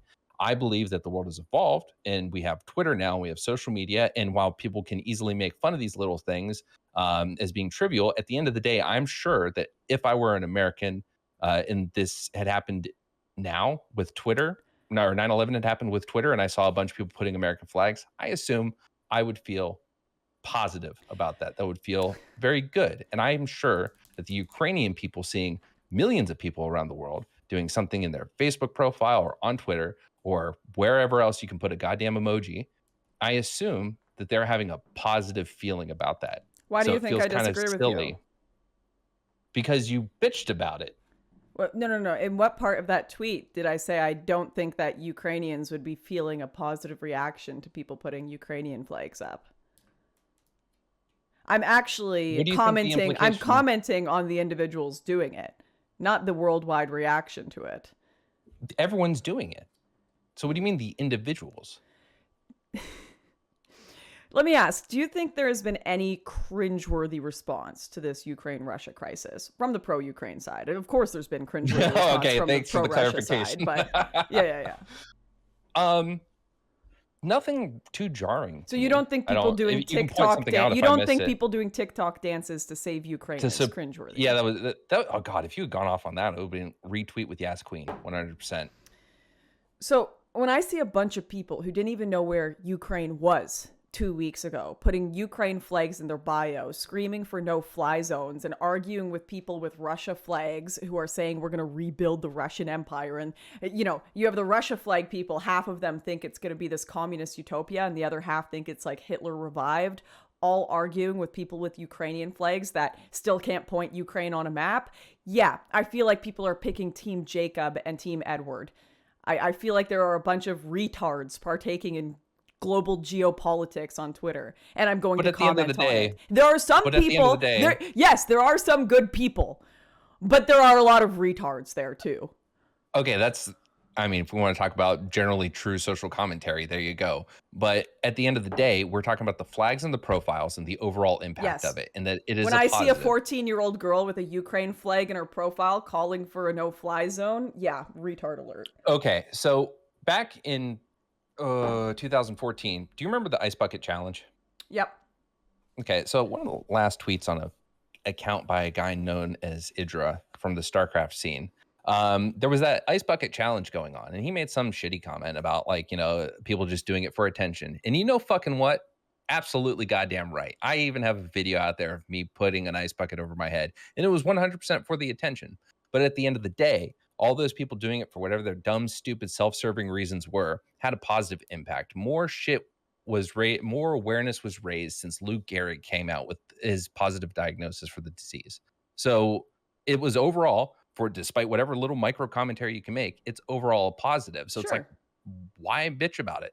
Sure, that's not what I was commenting on. You can still believe that people putting Ukraine and Russia flags in their bios on Twitter and arguing is like people picking factions in an RPG and still think it has an overall positive effect. But once again, these things are not mutually exclusive. Massive platform, Twitter is limited, as you acknowledged. So with massive platform, limited capabilities, shouldn't you be responsible with your messaging? You're asking me to never be funny. Like I know I'm not. No. There's a million things going on in this world. No. Because the thing is, whenever you make a joke, there is the possibility that people take it the wrong way. Inevitably. In fact, when you make any comment, there is the possibility that people misinterpret it and take it the wrong way. So I basically have to shut up and qualify everything, which is almost impossible to do on Twitter with 240 characters. Just like massively overqualify everything I say in order to meet your threshold of what is a responsible tweet. Depending on the subject matter, actually, yeah. But overall, no. I agree with you in that it's obnoxious to have to overqualify yourself all the fucking time. But I think in this one, I feel pretty confident saying, why pick on the people for putting up Ukraine flags when overall it's... I was picking on the Russian people as well. What is you are specifically just mentioning the Ukraine people because obviously everyone is pro-Ukraine. Because I think putting up a Russian flag is fucking stupid. Okay, so why aren't you focusing on that? You're trying to make it sound like my tweet is shitting on global solidarity for Ukraine when I'm making fun of a bunch of people on Twitter.com who know nothing about geopolitics, who are just sending memes back and forth at each other, literally putting their flag in their bio like it's some that is not fun communicated thing at all on a in your video initial game. tweet. It is. That is not. It is absolutely. That's the tweet. You are putting flags in your bios like this is picking a faction in an RPG. Two of my judges are requesting to see the actual tweet. We're having a disagreement of a statement of fact on what was in the original tweet. Can we get a clarification here? Thank you. All right. The original tweet was Lauren's tweet. Can we have Lauren read the tweet? Thank you. I will read the tweet. You intended it to be read in at the time. People putting Ukraine and Russia flags in their Twitter handles like they're choosing factions in some RPG. And for clarification, when you say flag, you mean flag here, correct? Listen, I don't appreciate the anti-Canadian bigotry. Let's talk about responsibility of platform use here, Destiny. That's all. Just clarifying. We can do whatever we want to Canadians. Go ahead. Continue the conversation now that it has been entered into the record. What the exact? Well, I'm just talking about the fact that why do you get to make jokes about Canadians? Why do you get to stop making jokes about Canadians? I'm sorry. Please stop doing that. Okay, honestly, carry on. Anyway, the point is, you said Russia. Good job. And point being, you and your feed might see a little more Russians than I do. But overall, do you think people should be putting flags in their profiles? I don't it's not a big deal to me. I'm just observing what the social aspect of it is. It's not, if you want to put a Ukraine flag in your bio, great, awesome. But I do think a lot of people are doing it because it's a popular little charm bracelet. Like they bought a new Pandora bracelet of social politics. They very well might be. And as a recovering cynic, I've tried in my life to not bitch about things that I feel are overall positive and really, what am I getting out of doing this except maybe getting some lulls? But you said people putting Ukraine and Russia flags in their Twitter handles like they're choosing factions in some RPG. That comes off as you just talking about anyone who's doing it. Period. End of story. Carte blanche. If you're doing this, you guys are fucking dumb. You're like choosing an RPG. I said at the end of the people are. So that doesn't mean all people. That means there are people doing this. I know people. Okay, so wait. Let me. I did one law school course. All right, relax. I have a friend of mine, Counterpoints. He's been very up on the pro-Ukraine stuff. He's been doing videos, literally teaching insurgents how to fight and everything. And, asking for donations. And I think he's very engaged in the subject. I think his activism for the Ukrainian people, Ukrainian refugees, has been well thought out. I know he genuinely has put a lot of effort into understanding global politics, geopolitics, the Ukraine-Russia situation. He's ex-military. I respect his thoughts when he posts them. I think there are good people engaging with this subject. Do I think the majority are like that? Maybe, maybe not. But there are a large faction that are just doing it for clout, and I don't think pointing that out is... So if you want to should not be done. I don't think that's a terrible thing to point out. So if you want to talk about the idea that I need one of those demon mama tactics. I need a moment. If you want to, you were talking about the overall intelligence of people and the expectation that they can, to some degree, come up with some basic conclusions that aren't harmful. I assume that most people are intelligent enough, except for other people, that they know that Russia is acting in aggression. And I'm learning more and more how much people do not know about fucking Russian history in the last 30 years. Mm-hmm. But at the end of the day, I think most have come to the right conclusion that Russia is in the wrong for what they're doing. And therefore, showing solidarity, a small little simple act of solidarity, isn't something to be shit on. There's a problem when people do things without understanding why they're doing them, though. When activism is only surface level, they can, like, people don't understand that if it's just surface level, no one is actually grounded. There's no pillars holding people to their beliefs. That means when the social whims flow another way, they'll instantly run to whatever that belief is. That's obviously a problem. Because if the social whims flow towards racism or sexism, they'll follow that and do that because it's just surface level. So we do need to be critical of people just following things because it's a bandwagon or social whims, especially when you're seeing people have this reaction where they're going full on just racism against Russians. It's unbelievable. So and that absolutely is existing. Sure, but let's keep it in the scope. You said people are intelligent enough to come up with these basic conclusions, and you said that people you were focusing just on people putting up their flags. So it is reasonable to assume that most people, focusing on the most people, are putting up the flag as a symbol of solidarity with Ukraine, who is under threat of being taken over by an aggressive superpower. Sure. So what's the point? Like, I agree with you on the idea that we should be aware of why people are getting all involved in certain social issues. I believe that we saw at the end of the BLM riots in 2020, we saw things getting way too out of hand. People just getting riled up, whether it was pandemic fatigue or whatever you want to call it. Yeah, people have a habit of latching on for the wrong reasons, and we should be mindful, especially when it causes harm. Yes. No harm is being caused by most people coming to the conclusion that Ukraine is in trouble and needs just a little support. Yeah, but no one is being harmed by acknowledging that we also have a huge problem with people having this popular issue bandwagon problem in the West, where they will jump from one crisis to another, not really get educated on it, throw up all the banners and bandwagons, and then completely forget about it 2 weeks later when it's not popular. Do you not think that's a crisis we have in the West? Not in this particular case. You don't think it's a crisis that if you say in the overall that happens a lot? Yeah. Do I think that we are so overstimulated by everything in the world that, yeah, people move on way too fucking fast? Absolutely. But in this moment, you chose to make a tweet when most people are putting it up for a decent reason. And it just feels like some middle ground nonsense that you took a crack. You thought it was funny, made the tweet. It was funny. It was a great tweet. There was a great reaction. It was a banger of a tweet. All right, don't deny that. You can disagree with the tweet, but it was a banger of a tweet. I think honest to God, I think if you had added the little extra bit of nuance to it with the everything that was going on, like your reply was, we're talking about, people in a non-accounts, like this did it. You had enough characters to say, people putting up Ukrainian and Russian flags on Twitter behind non-accounts and arguing with one another with different flag charms and posting memes about the war all day is galling compared to raising a flag IRL. That would have been a fucking... I did tweet that. I tweeted that to you in response. At me in response when the fucking first tweet doesn't communicate that at all. Like, I don't... You were one of the only responses I had to that tweet where you genuinely interpreted it in the most... Because that might be one of your only intelligent followers. Oh, yeah, I'm sure. You genuinely interpreted it in the, most uncharitable manner possible. So I had to explain it to you. But most people, I don't have to explain that to them. It wasn't uncharitable. It wasn't uncharitable. I don't like. Hey, reread your response to me.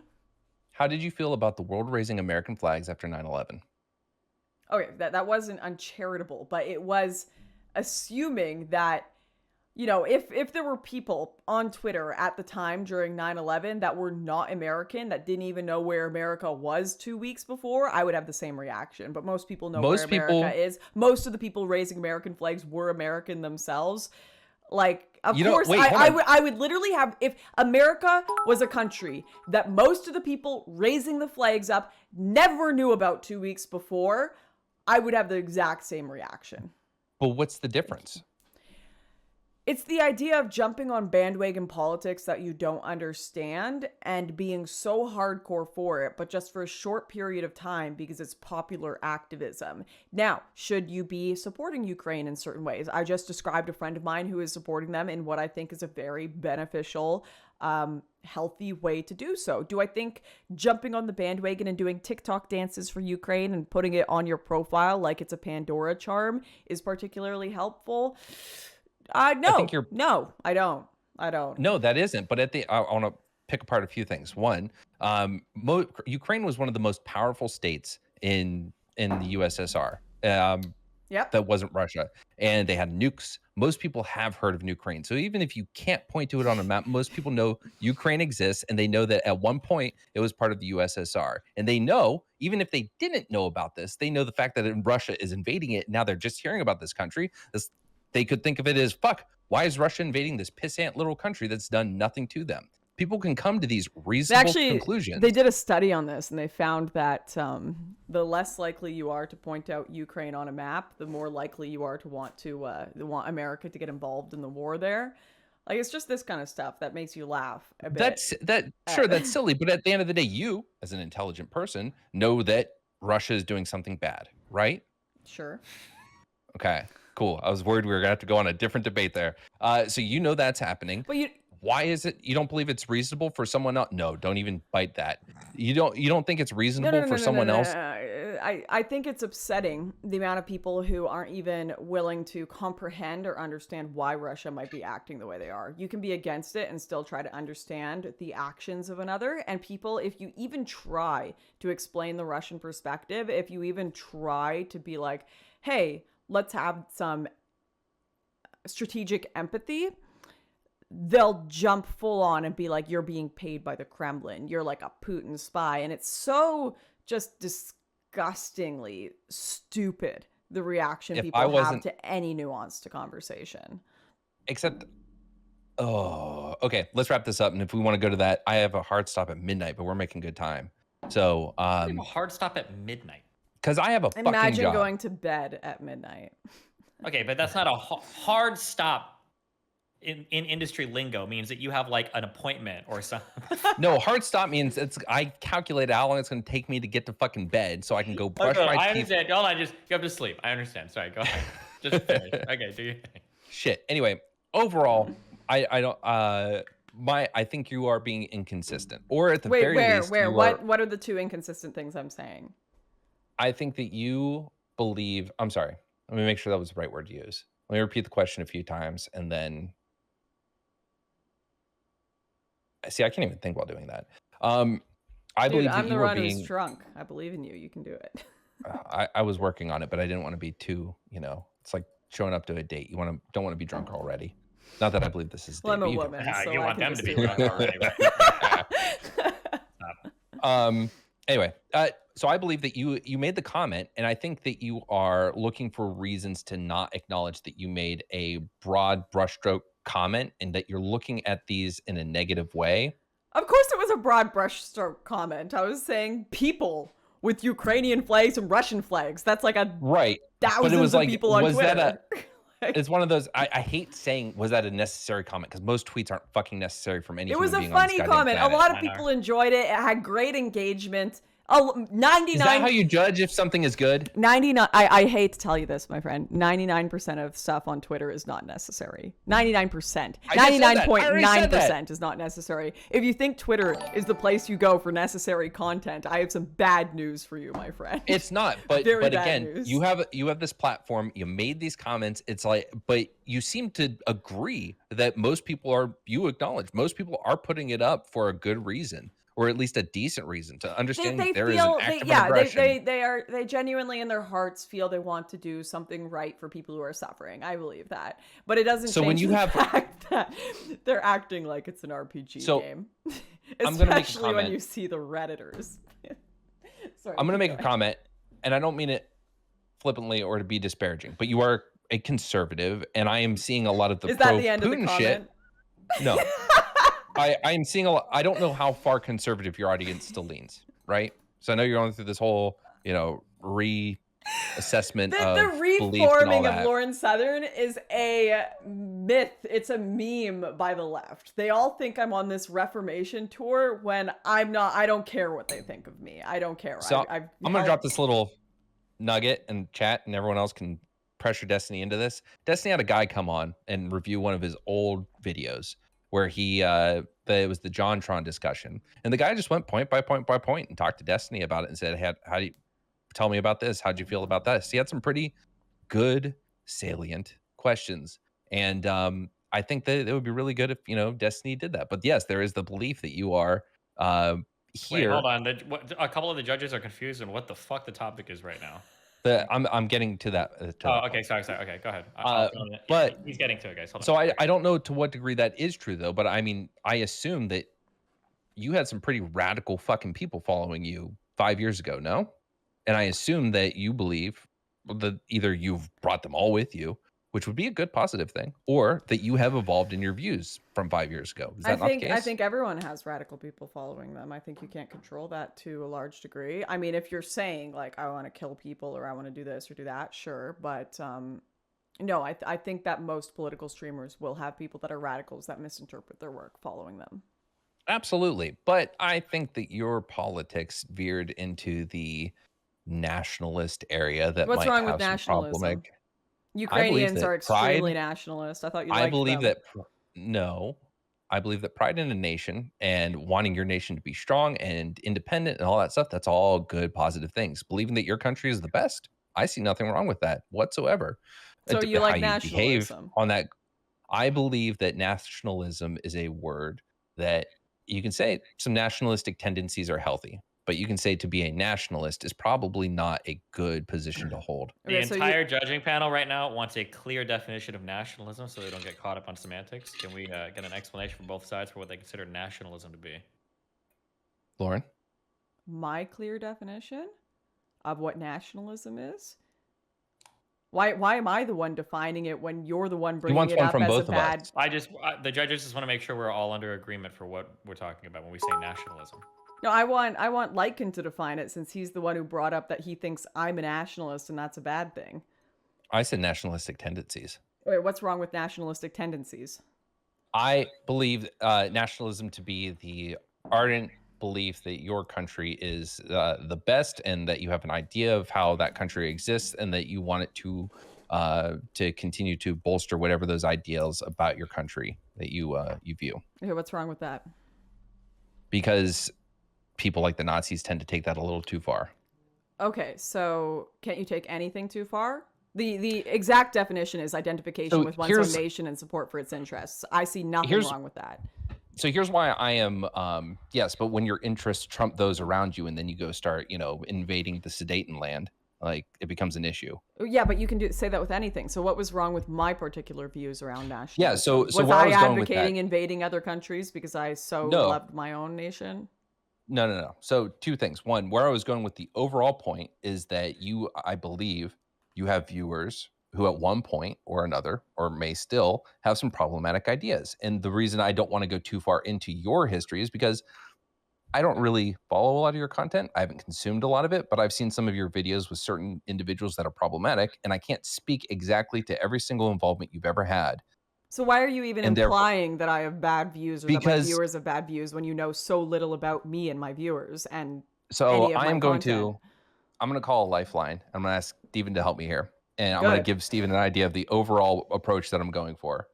Steven, my belief is that she has had some bad interactions with certain individuals, some from a group that I can't remember that has blue shirts and they're supposedly white nationalists. Like, jeez, if you don't know anything about it. And the reason I'm bringing it up, because if she still has followers within that belief. But you don't even know what the belief is. You don't even know what the group is. Like, look into it a little.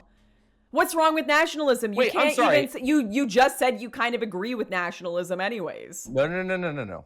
Or you think there's good aspects of it. There are good aspects. Other than when it's taken too far, which most people agree that when anything is taken too far, it's bad. When anything is taken too far, it's bad. Anything. Eating carrots too much is bad. If you only eat carrots, probably bad for you. Sure, absolutely. I mean, Steven, either I know you know where I'm trying to go with this, so either you can help me out, or I'll just take the L and I'll try to move back to the original point. I'm not even going to check with the judging panel on that one. I don't think I can help you there, Chief. Ah, you can't. Okay. So anyway, I'll take that L and I'll move on. My belief. Let me try to gather my train of thought. It already left the station, but I'm running after it. I'm gonna grab a horse. The judges are reminding you, like, you can take a quick break to get a drink if you need to, as Lauren got wine earlier. So I still got enough water left. It's all right. I got the whole bottle here. I also don't have pants on, so. Okay. Well, he took the tights off as to not offend Christians. He got naked as to not offend Christians. No, you know what? Fuck this. I am gonna take the break. Okay. Good luck. I'm gonna go get a drink. I'm gonna make you guys sit here and awkwardly watch me put my pants on. It's not awkward at all. I enjoy it. Do you want to help? Help you take them off. Oh. Stop! Lauren, what are you drinking tonight? Share with us your wine of choice. We are drinking Magic Box Cabernet, the amazing Cabernet from Australia. Oof, a Cabernet, and you're pairing that with absolutely nothing right now? I know, tragic. I was drinking a white wine before, too. It was just the wine I had in the house. What are you drinking tonight, Steven? I've got some Captain Morgan in the other room, and if this debate gets much more antagonizing, maybe I'll break it out, but probably not. I feel like red wine is a terrible debate wine, because I'm getting, like, red teeth from this. Not good. Does it? Not cute. What is the difference between red and a white wine? Why don't you explain for the audience what you think the difference is? Well, one is the superior wine. No. Wait, what did you say? I'm sorry. I was starting to. I think I got a little bit of lag on my side.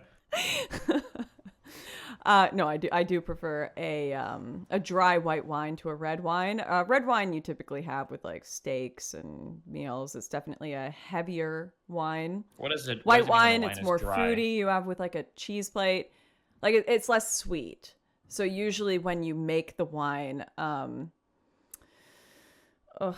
I've made wine myself before, but I've indulged too much in it to explain the process right now. But when you make a dry wine, typically you're going to have more sour grapes. Anything that's dry, there's going to be...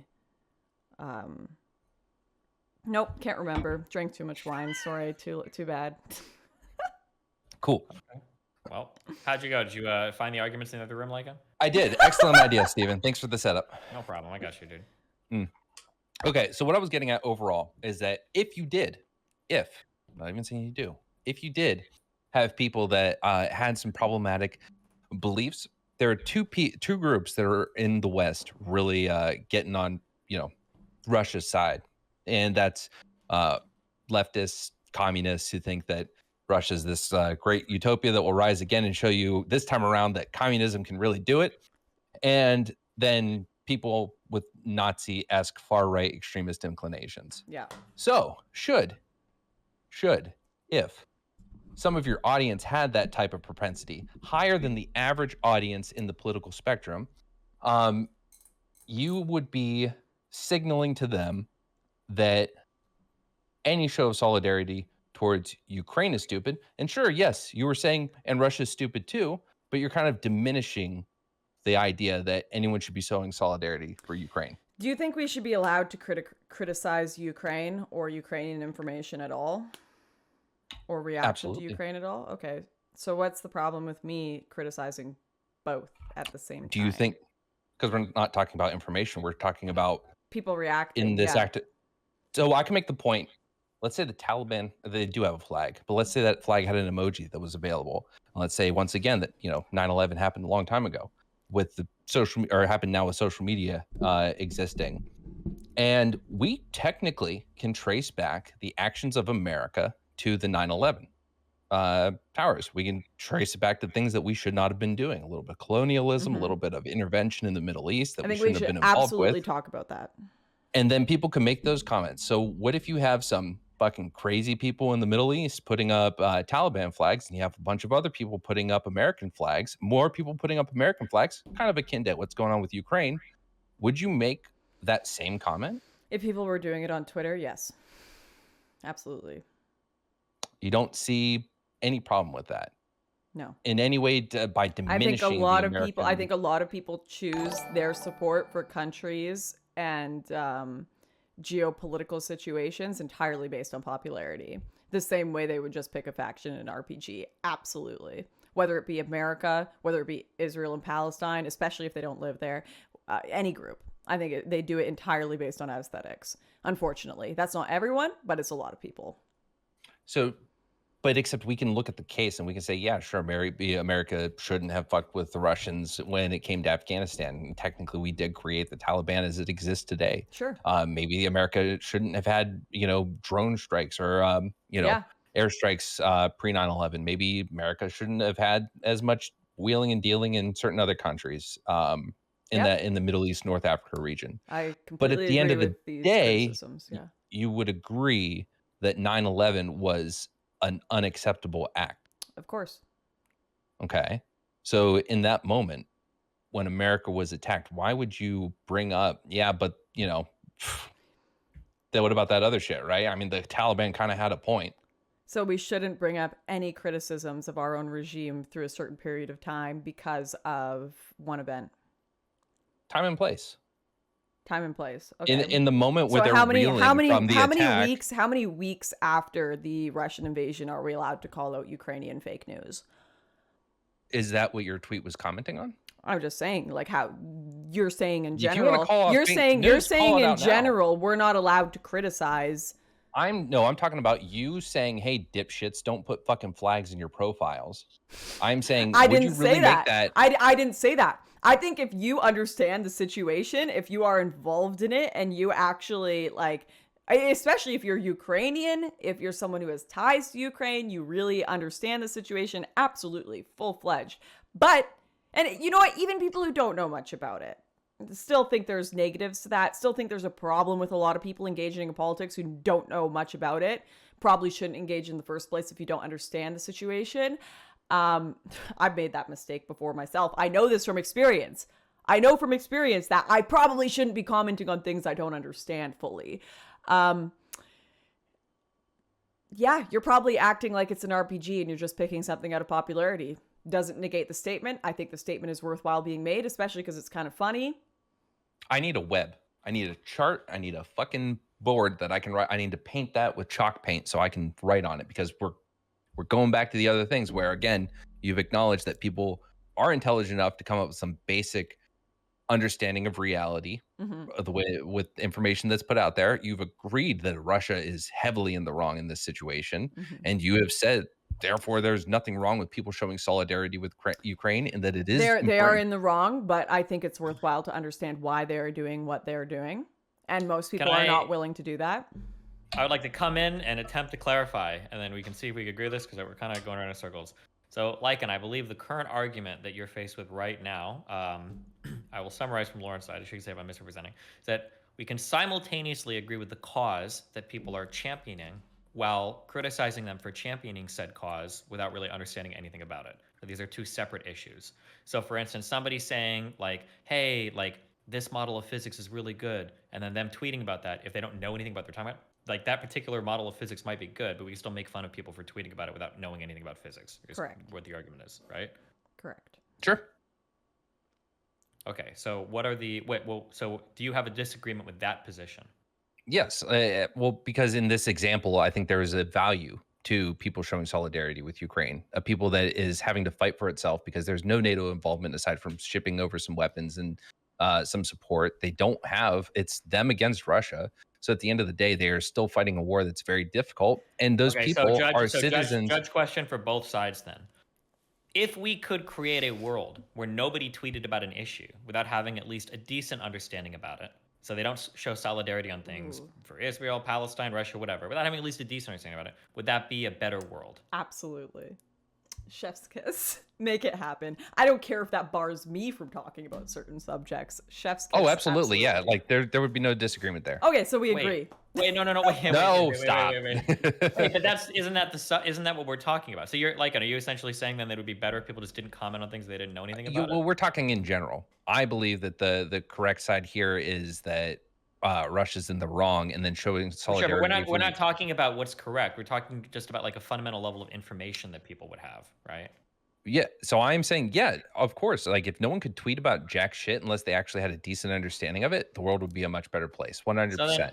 So then what is the disagreement on somebody else like her criticizing people that are tweeting about things without understanding anything about it? Because they do. She's acknowledged that these people are able to come to a basic understanding. They're able to, but they're not. Hold on. That's not what we're talking about right now, right? No. Hold on. Go ahead. Oh, well, what's being talked about right now are the people that don't understand it. Because I think Lauren said earlier, if people did have a decent understanding about it, she's okay with them tweeting about it and all that. Jesse, yeah. Treat me like I'm a fucking, one of the dumbest people we've ever fucking debated, because I'm seeing a lot of Game of Thrones in chat, so I'm missing something that you're saying. Tell me, what am I missing? Well, it sounds like her problem initially was that people can tweet and people can be correct, and that's cool.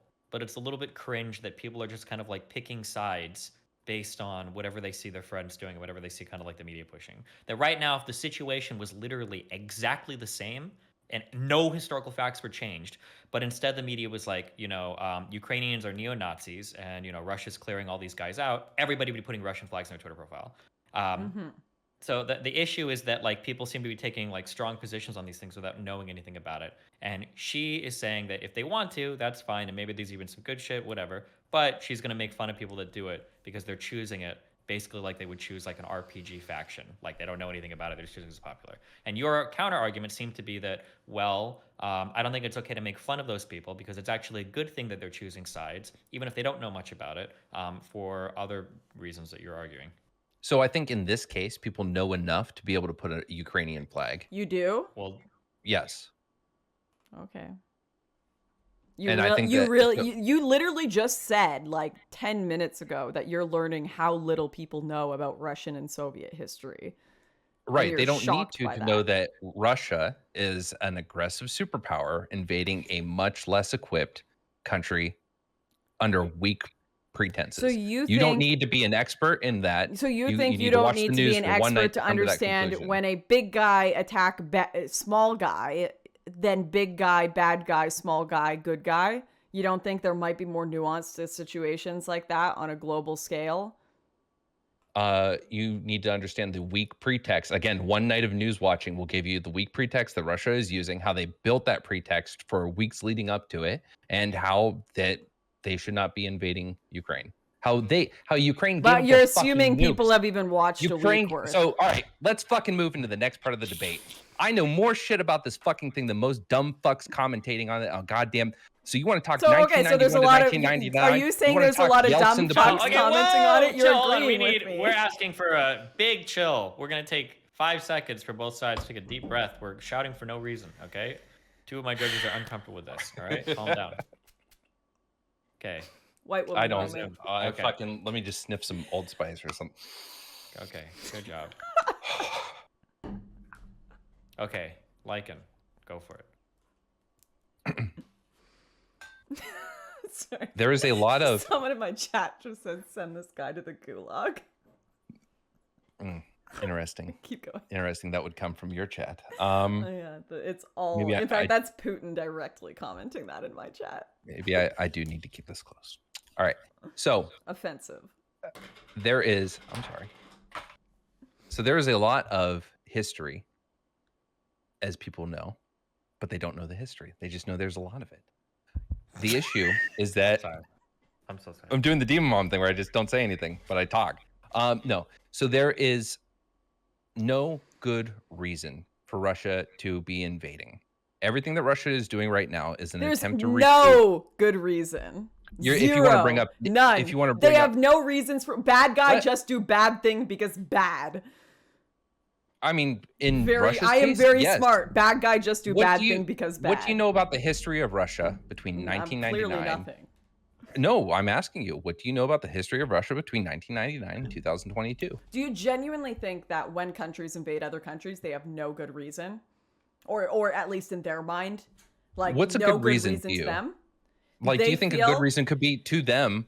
Could be a good reason that you could, as an outside observer with a history to look upon, could say they might think that's a good reason, but it's not. I think if you are going to spend millions and millions of dollars and get your country sanctioned by every major superpower on Earth, minus China and a few others, you're probably going to have reasons that you think are good. And I would like you to articulate that reason, since you think there is no good reason. Sure. All right. Let's start in 1991. Wait. What reason do you think Putin might have or might say to his people or himself for why he's doing this? It is a continuous act to the short version, because I'll give you the long version if everyone wants to sit through that. No, the short version is that Putin is trying to recoup what was lost during the fall of after the fall of the Soviet Union. You have all these NATO countries that he can't fucking touch without provoking a lot of the West. Ukraine's not instance. a NATO country, but yes. That's what I'm saying. Yeah. So Ukraine is one that he can do. Is there strategic significance to it? Absolutely. Were they invaded some 8 fucking times in history through Ukraine? Yes, absolutely.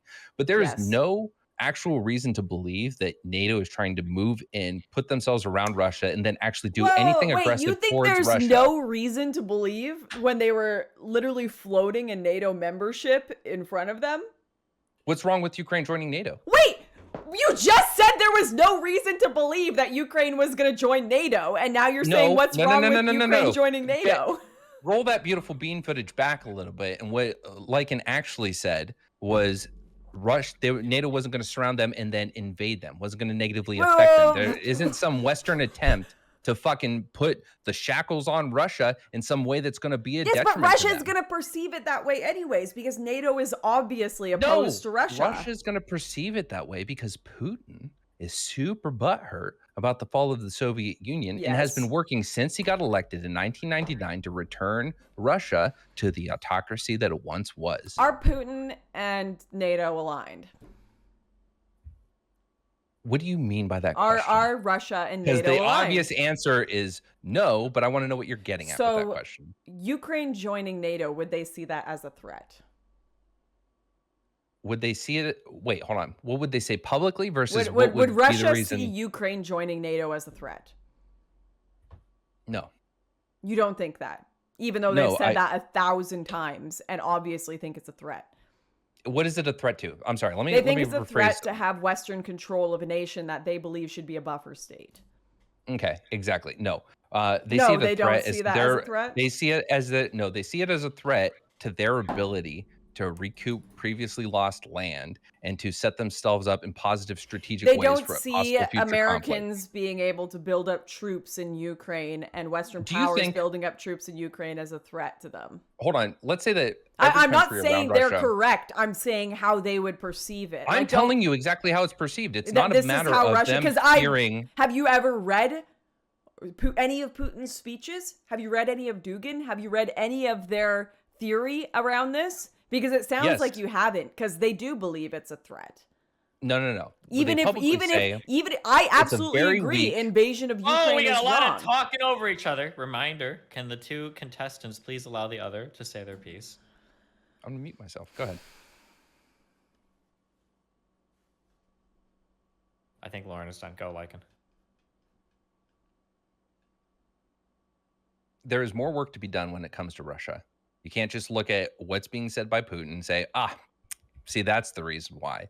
It's pretense. The real reason they don't want people around, they don't want Ukraine to join NATO, is because it is strategically significant, not just for invasions to Russia, for deployments from Russia. It is a piece of land that is very significant to their military power around the world. And it's also a very important country to have. So of course they're going to see it as a threat when it's in control by another power. Of course they're going to see that as a threat.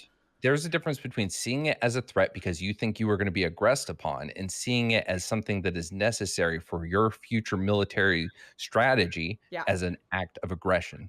Yeah, I agree.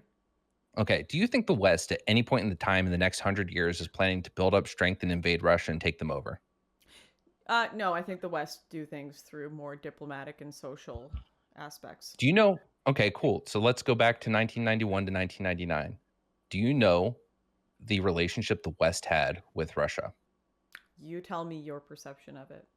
We gave them every ability to reform their economy. We didn't hold trials for all the shit they did in the USSR. We didn't do the Nuremberg like we should have to Russia. So we let them get away with a whole lot of shit. And then from actually up until fucking 2014, when they invaded Crimea, we engaged with them economically. We engaged with them politically. We gave them so many moments where Yeltsin and Putin and then the fucking lapdog that took over from 2012 to 2008 to 2012 or whatever that was, where we made him look like a legitimate thing instead of, you know, the puppet for Putin that he was. We have all these things that legitimized him in the public eye, right? Gave him a lot of power, and that did a lot of harm. I don't disagree with any of this. What's your point?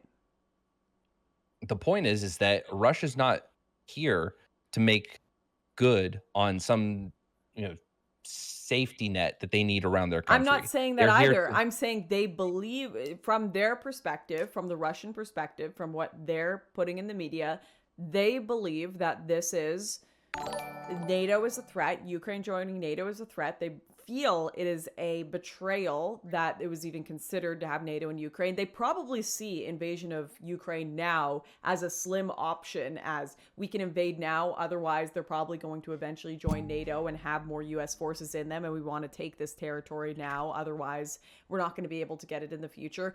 Wrong, absolutely, but I'm talking about what we think their reasoning is, and I think it's ridiculous that people aren't even willing to consider what they may be thinking and having some strategic empathy. There's a difference between saying, when you say their reason, and you talk about the state-run media's reason that they give to the public versus the evidence from Putin's actions since taking office, there's a totally different reason there. So what I agree with the reasons you've stated as well. He wants to recoup what the Soviet Union used to be. I agree with that. But when you say there's no reason, I think that is the dumbest shit on the planet to say. I think you're splitting hairs when you do that. Because when I say no reason, I say no.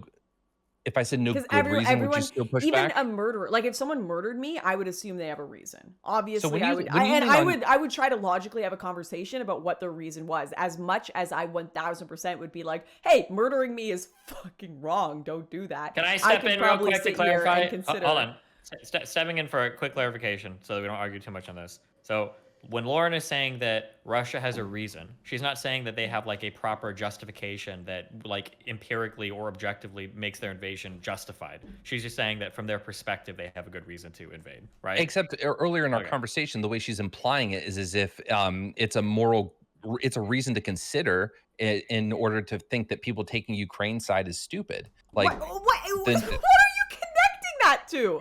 I'm not saying anyone taking Ukraine's side is stupid because or wrong or that doing it, that the lack of nuance that the lack of nuance the lack of understanding and the lack of nuance in their opinion for supporting Ukraine might be altered if they understood the reason that Russia was taking that aggression. That's not what that's I'm how it saying. Came off. No, you're arguing with someone who doesn't exist. That's what I said. Okay, you made that. Steven, am I off in my interpretation of this from earlier?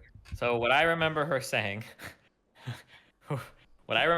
was that it was a little bit cringe that people are pretending like you can't even fathom for a moment why Russia might be doing what they're doing, and that to even begin to explore those thoughts all of a sudden makes you like a Kremlin stooge. That's what I heard earlier. Yes. Yordle. Okay. My interpretation was that you believe that people are choosing Ukraine, and if they knew more, they would maybe be a little more understanding of the Russian perspective. That's not. I've not said that at any point. I want to clarify to not waste a lot of time here. Wait, yeah, I want to clarify. Okay, these are two separate arguments. They're two separate things are being addressed. Okay, so the first point was that people are choosing sides because the media is whatever it is right now in the United States. So people choose it because it's a good virtue signal, fun to get likes on Twitter, et cetera, et cetera, et cetera. The second part, a second unrelated argument, is that you can't publicly have a discussion about what Russia's motivations or concerns might be because people automatically assume, which is kind of what you've done in this conversation, they automatically assume you're defending Russia. They automatically assume that you're saying that they have like a moral imperative or they've got some righteous mandate from God to do it just because you're considering for a moment their strategic objectives or their geopolitical concerns. But if you want, okay, then if that's the case, and if I buy that, why even bring it up if Russia is so in the wrong? Because strategic empathy is the first aspect of being able to defeat your enemy. Holy shit, if you can't even know what their motivations are, how the fuck are you supposed to defeat them? Strategic empathy versus tactical and strategic analysis are two different things. Explain this empathy thing. What does empathy have to do with understanding the bullshit reason proffered by state-run media and a lying government that has ulterior motives that are significant and harmful to both the West and those who neighbor the country that is doing the action? What is the point of even giving credence to that? Because if you can't understand why someone is doing what they're doing, you're never going to be able to oppose it on even just a social level, let alone a military level. Understanding it is fine. I can do that real quick. Vladimir Putin is the closest thing we have to a villain outside of the Kim Jong-un. Literally Hitler. Vladimir Putin is literally just doing bad things because he's a bad man, and bad people do bad things. What you're doing is you're being dismissive of the fact that Putin actually is an evil person. Like, do you not know what he's fucking done to his country? And you think that his army are gonna go out and shoot people because their government has told them, hey guys, we're gonna do bad things because we're literally the incarnation of Voldemort. Let's go do bad things to good people. You think that's the reason they've been given to go out and do shit? No! Do you think Hitler did that? Of course, this is why we spend years.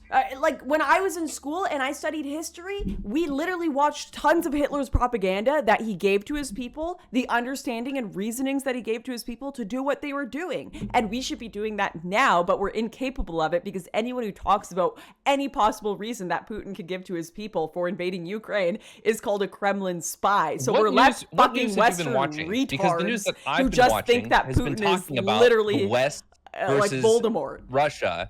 What news are you watching? Because I see that nuance in the discussions that I'm watching. People are literally banning Russian mustard, thinking that they're saving the world. See, that's a non sequitur. That has nothing to do. That has nothing to do with our conversation. That has nothing to do with our conversation. Yes, it does. People are delusional when they talk about Russia versus Ukraine. We're talking about people posting the basic thing, the understanding that Ukraine is in the right, Russia's in the wrong. I stand with Ukraine. Fuck you, Russia. Yeah, they're saying Russia is invading Ukraine because he's literally Voldemort and we're Harry Potter. That's their understanding of the situation, and that is a bad understanding, a horrible understanding. JK. All right. The reality is that Russia is in the wrong and is doing things under the leadership of Vladimir Putin, who is doing things for. Okay, wait, stop. We're living. Okay. Nobody. So you're having two conversations right now that are separate. Okay. Lycan, you're trying to argue whether or not the justification is good with respect to some moral claim, and Lauren is just trying to argue whether or not there exists some legitimate concern in the eyes of Russia for what they're doing.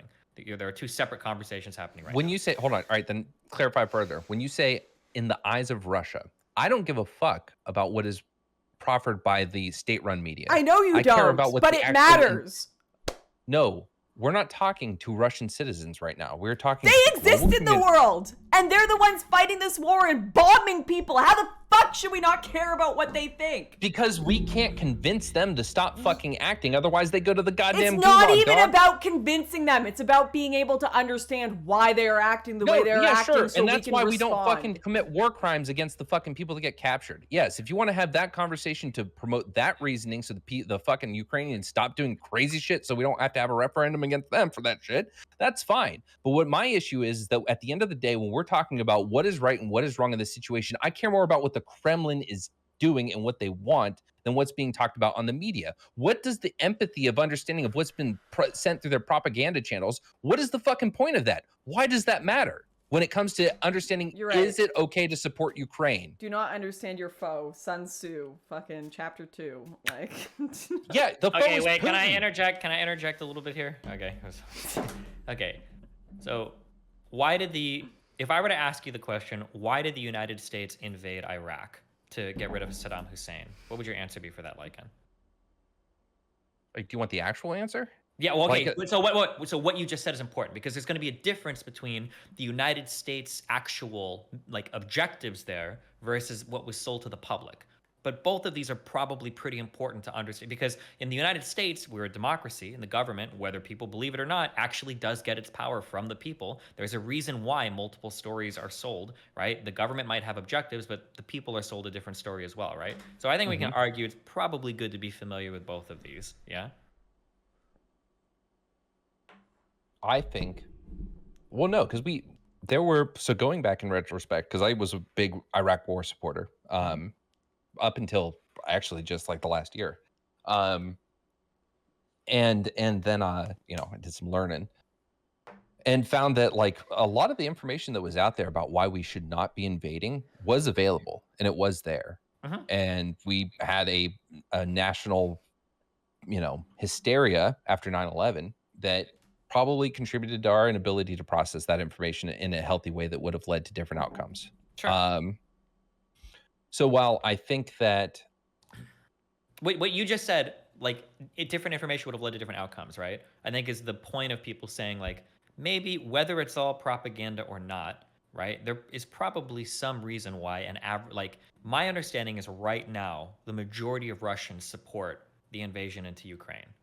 Probably good to know why, right? I think that's not that controversial to say. No, listen, Steven, all Russians want to eat Ukrainian babies. And that's their one goal. Stop. You have to understand this. Stop. She can make the joke. She's not talking about me, so that's fine. Okay. So I get what you're saying. So my thought is that I don't look... So we're talking about in the global discussion, people taking a side. This all originates from just people taking the basic level of solidarity that you can take. Well, but that wasn't where the topic was right now. Right now, the topic was just understanding Russia, not necessarily taking a side. That's why there were conversations going on. So for me, this all roots back to, is it okay? And do you need to, because she kept alluding to these things. I'm sorry, not meaning to talk like you're not here. Lauren, you're alluding to these things like Ukraine or people are taking the side of Ukraine, but maybe people should be a little more empathetic and understanding to, why Russia is doing this. And I'm saying the reason Russia is doing this doesn't matter. They're giving public propaganda, and on the back end, there is a deeper motive to this, to where there is no reason, even with understanding that, to be any way empathetic towards Russia. You're right. We shouldn't understand at all what they're doing. You're correct. I think we should understand it, but the reason we should understand it is for policy reasons. Okay, so we agree. For us to prepare whether or not we take action. I'm so glad we agree. I'm sorry, Steven, did I miss the part? Maybe I misunderstood, but it seemed to me that the reason she kept bringing that up was as to pick apart my argument that there's nothing wrong with people showing solidarity for Ukraine. That seemed to be every time that I would bring that up. Again, these are two different, that's why I keep saying these are two different arguments. So then we could say that she was pivoting? No, it's just we're having like two different discussions. I think we moved on from that. This is a continuation of that argument. Okay, how do they relate, tie it in? To that, when I bring up, there is nothing wrong with these people choosing this, and she says, yeah, but they're uninformed. There are some other reasons why Russia would invade. It's like, but none of them are good. None of them whatsoever are good. Yeah, but they don't have to be good for you to know what the reasons are, right? They don't have to be good for me to know the reasons, but they have to be good to say, therefore, one might want to pause before putting that Ukrainian flag in your Twitter bio. Not pause, but like at least understand what it means that you're putting it there, right? I think overall that would be a positive. Yes, are you caught up on Attack on Titan right now? No, I don't watch that. God damn it! I'm sorry, I don't mean to say it that way. I don't watch it. Like, I want to watch it. I just haven't committed to it. Sure. It's a great show. You should watch it. So awesome the point show is that supports borders and nationalism. It is inherently a right-wing show, much like Stardew Valley is inherently a right-wing video game. Yeah, we found the fucking Jaeger. I've never played that one either. All right, keep going. Oh, Lauren, I love you. This whole thing is a ruse, and I did it so I could finally, for years, I have been following your work. I am a deep, desperate fan, and I'm sorry to pull this on you, but the way you say Obama, God, that was just the cherry on top. A lot of men want to be stepped on by me, so I understand, but. Someone said that the other day, and you are not tall enough for stepping. You're 5'6", like. It doesn't make sense. Hey, to be clear, she's like 6 feet tall. I don't know where 5'6" I'm like comes from. 5'8". Google. All right, relax. 5'8". It's absolutely Google not is true. Incorrect. Anyway, my overall point is that anything that gives, I think, open and honest conversations, the tough conversations where we bring up points that make us feel uncomfortable, such as someone wanting to say, like, I don't like the way you're talking about. This is going a different direction, I promise. The way you're telling me that people are reacting to this, I've seen that, and I don't like that. I don't like in any conversation where you can't bring up any sort of counterpoint or any furthering of the discussion or enrichment of the discourse, and people freak the fuck out because it's not exactly the hard line that think you ought to be holding. So therefore, Russia bad, and people lose their shit because you don't want to say anything except Russia bad. Yeah, I think that's kind of dumb. But in this conversation where we're talking about the actual act of supporting Ukraine, the basic fact that Russia is wrong, I don't see there is anything salient to be found by bringing up, yeah, but Russia has their reasons. In that context, in the context of showing support, because you and I, as intelligent people who understand the history of Russia and who have that deeper understanding of the system, unless you disagree and think there actually is a good reason, I think it doesn't serve us at all to say, yeah, but Russia. Where did I say, yeah, but Russia? Every time that you brought up, yeah, but there's nuance, and I don't like the fact that people are showing the support for Ukraine without the nuance. If you and I already know it's bad. It's not even that I don't support people showing Ukraine without nuance. It's that I don't support, it's that I find it funny people are supporting Ukraine without understanding the situation at all, even just from the Ukrainian perspective. What more do you need to understand than the basic human idea of wanting your country to be free? You can make a lot of things seem like the basic correct idea just from a surface level explanation of them. You can make make fascism, Nazism. You can make Russia's perspective seem like the basic correct idea if you just take a surface level look at it from their perspective. If you just watched RT for 1 second and it told you, hey, we're invading Ukraine because the West want to invade us and because NATO is expanding and they want Russian identity to be crushed beneath the boots of liberal globalism, that can seem correct, which is why perhaps you should start believing in studying situations a bit more before fully indulging in believing them.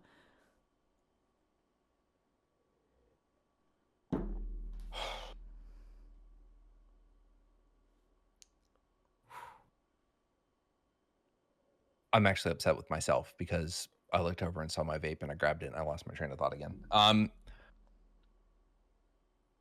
What does that have to, so, okay, got it. So why bring that up in a situation that is pretty clear cut and dry? Ukraine is in the right.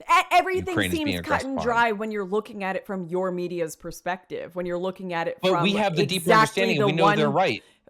But we know they're right. In this situation, we know they're right. So why bring that up? Why disparage the movement? Yeah, you could say, if you know it's right. You could say that exact same thing in Russia in support of Putin.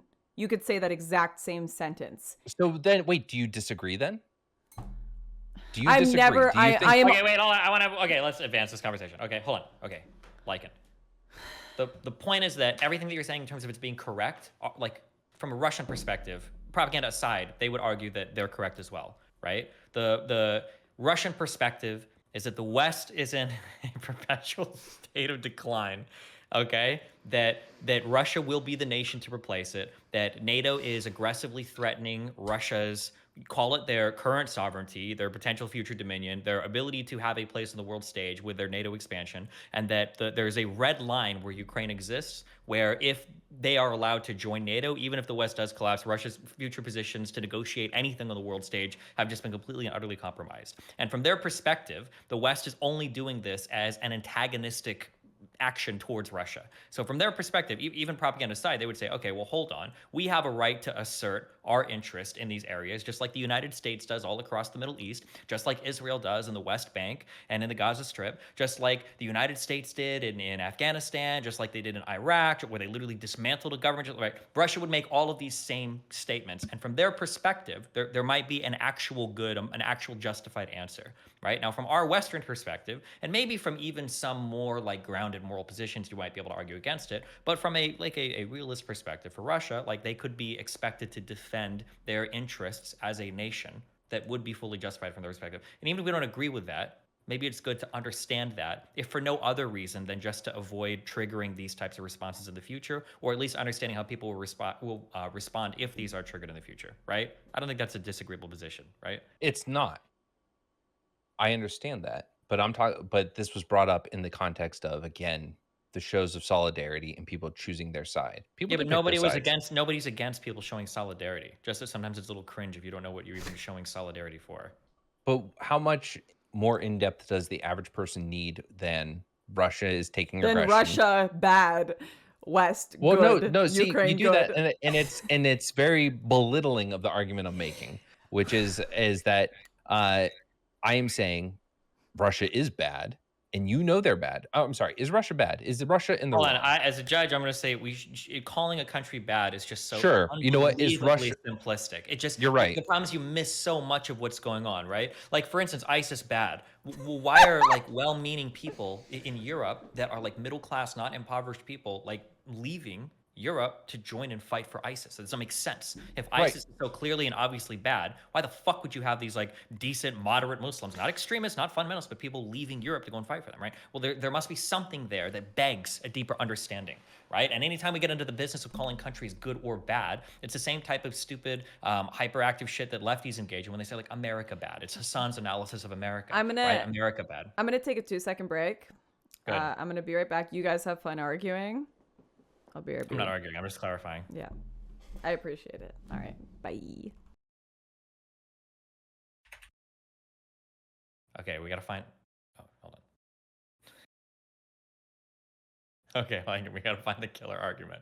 Wait, well, she's 1,000,000%... Hold on, let me explain both of her points, okay? Fuck, okay? Here's your 2 different points, okay? The first point is that people are taking a strong side on this issue without having any fucking idea what they're talking about. That is absolutely fucking true. This is why I cringe when you get these morons that are retweeting shit like, oh my god, look at this Ukrainian tank. You don't know what model tank this is. You don't know if that's a Russian tank. You don't know if this is a picture from fucking Call of Duty or Battlefield or a fucking war in Afghanistan fucking 20 years ago. No one has any idea what they're tweeting. They're fucking retweeting Arma 3 clips, jerking off that the ghost of Kiev is flying over the skies, shooting down fucking MiGs from some Soviet Air Force that doesn't exist anymore, right? People have no idea what's going on, right? Yep. Now, we can say that it's cool, it's good that people are showing solidarity with, I guess, like U.S. geopolitical strategy or whatever, which I guess is okay, right? But we can also be critical and say it's a little bit cringe that you're sitting here, kind of like how I make fun of like lefties, and even myself, right? Progressives who are like so woke on like black issues, but like name 2 black people besides like Malcolm X and Martin Luther King, right? It's like, well, I don't know, there's Jay-Z and Kanye West, right? Like people will do this shit. Like name something that Martin Luther King has done besides the letter to Birmingham and the I Have a Dream speech, right? Oh, fuck, I guess he was a minister or something, right? This is like the idea. It's okay that people are supporting things, even if we agree with them, and that's good that they're supporting them, that's good. But we can also like make fun of the fact that, yeah, people are supporting shit that they really have no fucking idea about, you know, and it happens on both sides, yeah. You know when someone like is a fan of a band and like you know they listen to some music, but there's that hipster that's like, yeah, but you don't really understand them because they know the lore, the history, the reason behind the songs, and all the other little nuanced shit, right? I feel like that's what's happening right here, which is like, dog, they like the fucking music. Yeah, but the problem is that like nobody has any idea what the fuck is going on. Even Hassan doesn't know what the fuck is going on. He talks about this shit all day, right? Like so, okay, nobody that's putting the flags up has any idea. None of them can find Ukraine on a map. None of them know if Kiev is like the name of a building or fucking half the people don't know what the fuck the Kremlin is. People just say when they say Kremlin, maybe that's a nickname for Putin. Like half the people don't even know what the fuck that is, right? So like the idea that people have become more informed of the issue is probably not true. I don't think so. Like if you were to poll the average American, right? Like, well, what is the Kremlin? It's like, oh, well, okay, so it's probably what they respond with. You know, right? What's the appropriate level of informed you would need, Lauren, for people to be, for them to put the flag in their bio? Literally, if they spent 30 minutes looking into the No, issue. I want to know what knowledge you need them to know. I want to know exact points, and I don't mean like exact in like some super hyper fucking intense academic way, but I want to know the overarching bullet points of what you want them to be informed on, so they can actually put that Ukrainian flag in their bio. It's not and show about solidarity. a specific amount of bullet points. It's not about like you have to hit this to approve Lauren's checklist. It's literally about them doing it for any other reason than it's socially popular. Give me well, hold on, because like, what definitely upsets me is that a lot of these people would literally be like, "Yo, gas the fucking Jews." If that were popular today. And I genuinely believe that wholeheartedly. Well, that's a problem with humanity, but that's also a non sequitur. At the end of the day, I want to know if you fucking pick some random person out of the crowd that had one of those flags in their bios, what would you expect them to know to be like, oh, okay, no, you have a good understanding and your support for Ukraine is acceptable to me.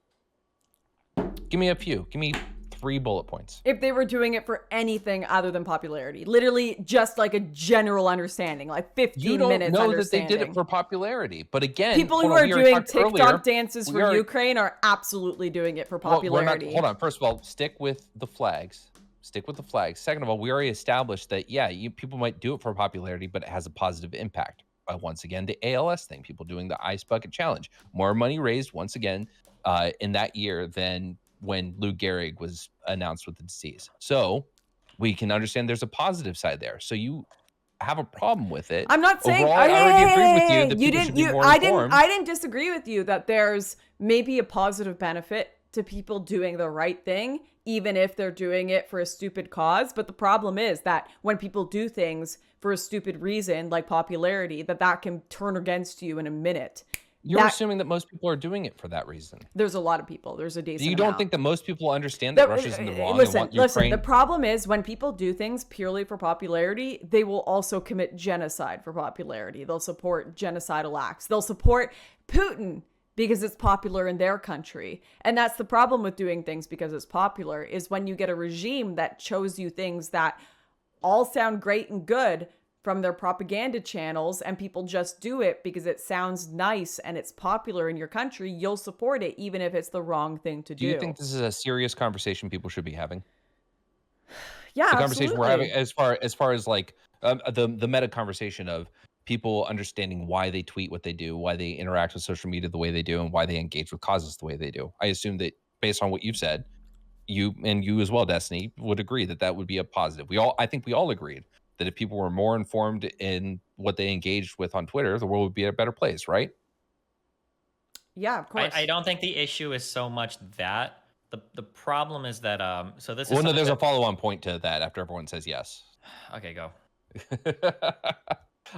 So wouldn't there be been a better fucking thing to tweet than making fun of people for putting up the flags, especially if you can acknowledge there is a positive to the people putting the flags? There may be a positive to it, but the problem is there is such a drastic negative when used in the wrong that we must acknowledge it. Even though that tweet was a joke, acknowledging that people just do things for popularity is absolutely important. Shouldn't you start that conversation in a way that actually starts that conversation instead of I think pointing out that people I think humor is an immensely effective way of pointing out political issues. All that did is make people who agree with you on this and think people shouldn't be doing this laugh at this one, but then they'll go do the same thing for their own because people are the way people are. They're going to go, the same people that are going to shit on people for this are going to go find some other issue and they're going to post their own shit for that. Wait. Explain that further. I'm confused. So you have some liberal issue and people change their fucking background color on their Facebook profile to that. And every fucking conservative bitches about it and says, so do you think that's doing anything? And then some fucking cop dies and a bunch of conservatives are putting the blue line behind their image. And then it's like, everyone's going to still do the same thing, even though they laughed at your moment. So maybe you should actually start the conversation. If someone were to make a joke about how conservatives don't understand the Black Lives Matter arguments at all, I would actually massively support that, especially if they could point out how conservatives didn't understand the Black Lives Matter and oppression of police. That's a pivot away from the point I'm making. No, that's not a pivot away. It's the same example. If there were a bunch of people putting Blue Lives Matter posters in their bios that couldn't explain for 2 seconds how Black Lives Matter feel or the Black perspective on the issue at all, I would think that was a fair criticism through comedy. The good faith interpretation of your response to what I just said is that you missed my point, which is you made a comment. You chose your effort to put out into the world was to make this comment. And to what I've seen on your Twitter, there was no follow-up commentary about the way people engage with these social issues.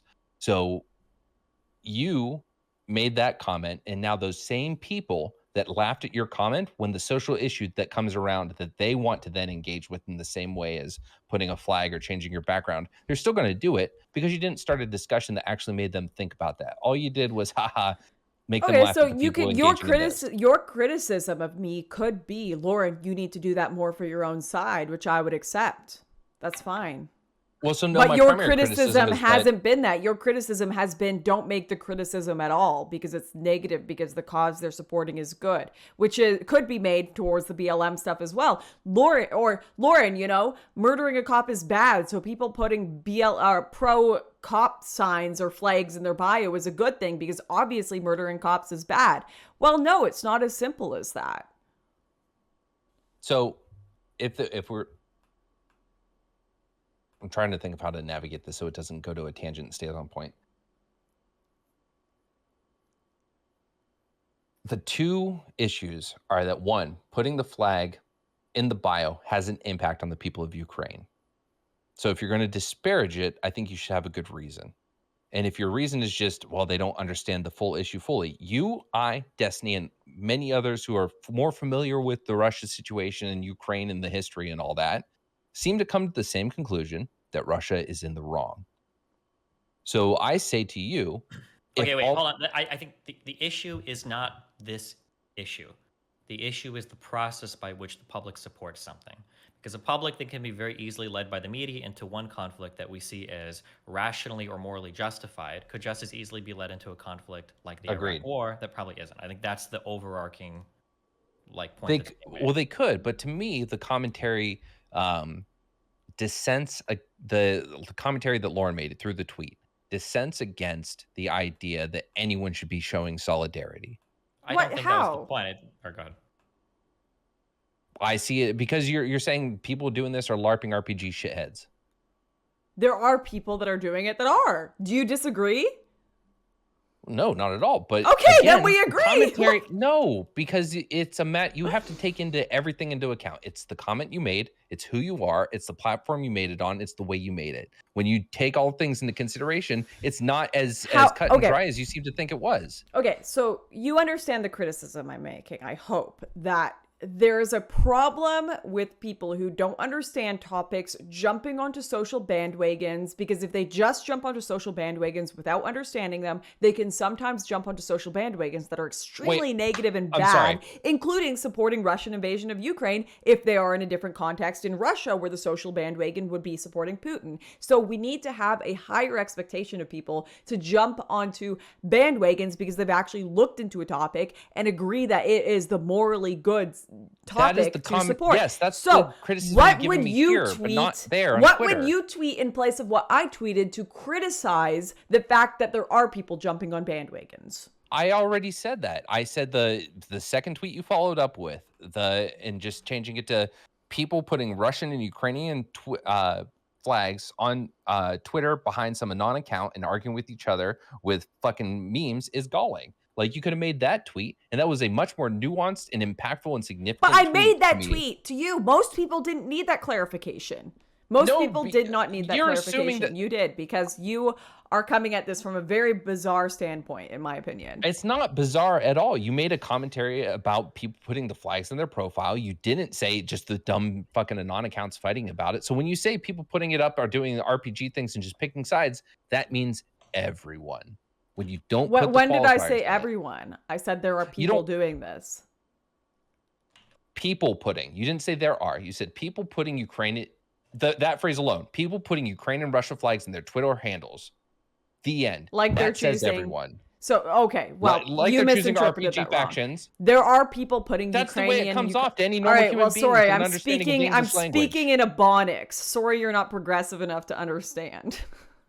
It's not called Ebonics anymore. Okay. Yes. My apologies, sir. Real quick, hold on. Steven. That's my name. I'm seeing fucking dumb shit cunt heads saying, Lycan dropping the point again after Destiny handed over. Can you please just baby me and tell me what fucking point I'm missing? I think it's already been stated. It's just that like people that are supporting things for dumb reasons can support other things for dumb reasons. I even if their agree heart's in with the right this. place. I agree with this. What am I missing? What is the piece I'm missing? It seems like what Lauren is saying, I could be wrong, correct me if I'm wrong. It sounds like what she's saying is that like if people are only supporting a cause because the media is telling people to support it, you know, we should make fun of those people. Wait, hold on. There's a difference between the media telling people they should support it and the news telling people that Russia is bad because they've done the analysis. And most fucking news stations are trustworthy to the degree that they can make this. Okay, claim. if I were to honest to God ask the majority of Americans that support the U.S. and Ukraine right now, like just to give like an incredibly brief summary of why, you know, Russia is interested in Ukraine. Do you think that more or less than half of Americans could do this? They could utter something to the effect of, well, Russia maybe feels a little bit intimidated or threatened by NATO expanding into Ukraine and the historic ties between Ukraine and the former Soviet Union, you know, make it a pretty important piece for Russia to have, you know, strategically and maybe even economically. Do you think that most people would be able to understand, like just explain that really basic part? I mean, so when I say basic, like I think most people would be able to say Russia, or if they said Ukraine is a free country and Russia is aggressing upon them when they have no right to, I would take that as that's enough reason to support Ukraine. Okay, and I would ask why that's not. The sovereign state of Iraq when the United States invaded to depose the leader there. When we invaded because that was a sovereign state, and we rolled a whole army in there. We fucking destroyed them in like 1 week, and we got rid of Saddam Hussein. Why wouldn't Americans have supported? Okay, so this is where I go into the we know more. So we know that that Putin is using propaganda and that the Kremlin is driving news media. But how many people know this? That's the whole thing, right? How many people actually know this? Well, no. So what I'm saying is, so if we know that what the American people understand is correct, why are we going to nitpick and say, yeah, but did you fucking read this book and that book? Okay, that's not how it works. We agree that it is how it works. We agree that what happened to Breonna Taylor and her boyfriend at the time was wrong, right? It was bullshit. Yes, but at the same time, we agree that the media should not have said that she was shot in her fucking bed. Exactly. So every time I see somebody tweet, you know, we need to do something about people like Breonna Taylor getting killed in bed, I'll make fun of that person. Now, but you know what I'm not going to make fun of? Hold on. Their heart's in the right place, and we probably might even agree on some of the social prescriptions, but they're factually wrong about the fact of the matter. And that's harmful. When we look at riots in Kenosha that happened because people thought that Jacob Blake was unjustifiably shot in the back 6 times by a bloodthirsty pig just looking to kill black people, well, that's the symptom, the same type of problem as people thinking Breonna Taylor was, you know, shot and killed in bed. So even if our heart's in the right place and we might be supporting the right cause for the wrong reasons or whatever, we might end up supporting a wrong cause later on because we're accepting, you know, a poor level of information to make decisions about things at one point in time, right? I have a problem with people in Kenosha rioting because they misunderstood the arrest of Jacob Blake and the shooting of Jacob Blake. Okay, but if they were in the right, if that really was as it was, you know, maybe they deserved to riot, right? If it really was the case that a police officer shot Jacob Blake 6 times in the back for no reason, maybe that's worth getting upset over, right? Maybe, but what I'm saying is if they were to go and riot for the reason that was wrong, which is what happened when it came to Jacob Blake, my issue is that I take umbrage with that.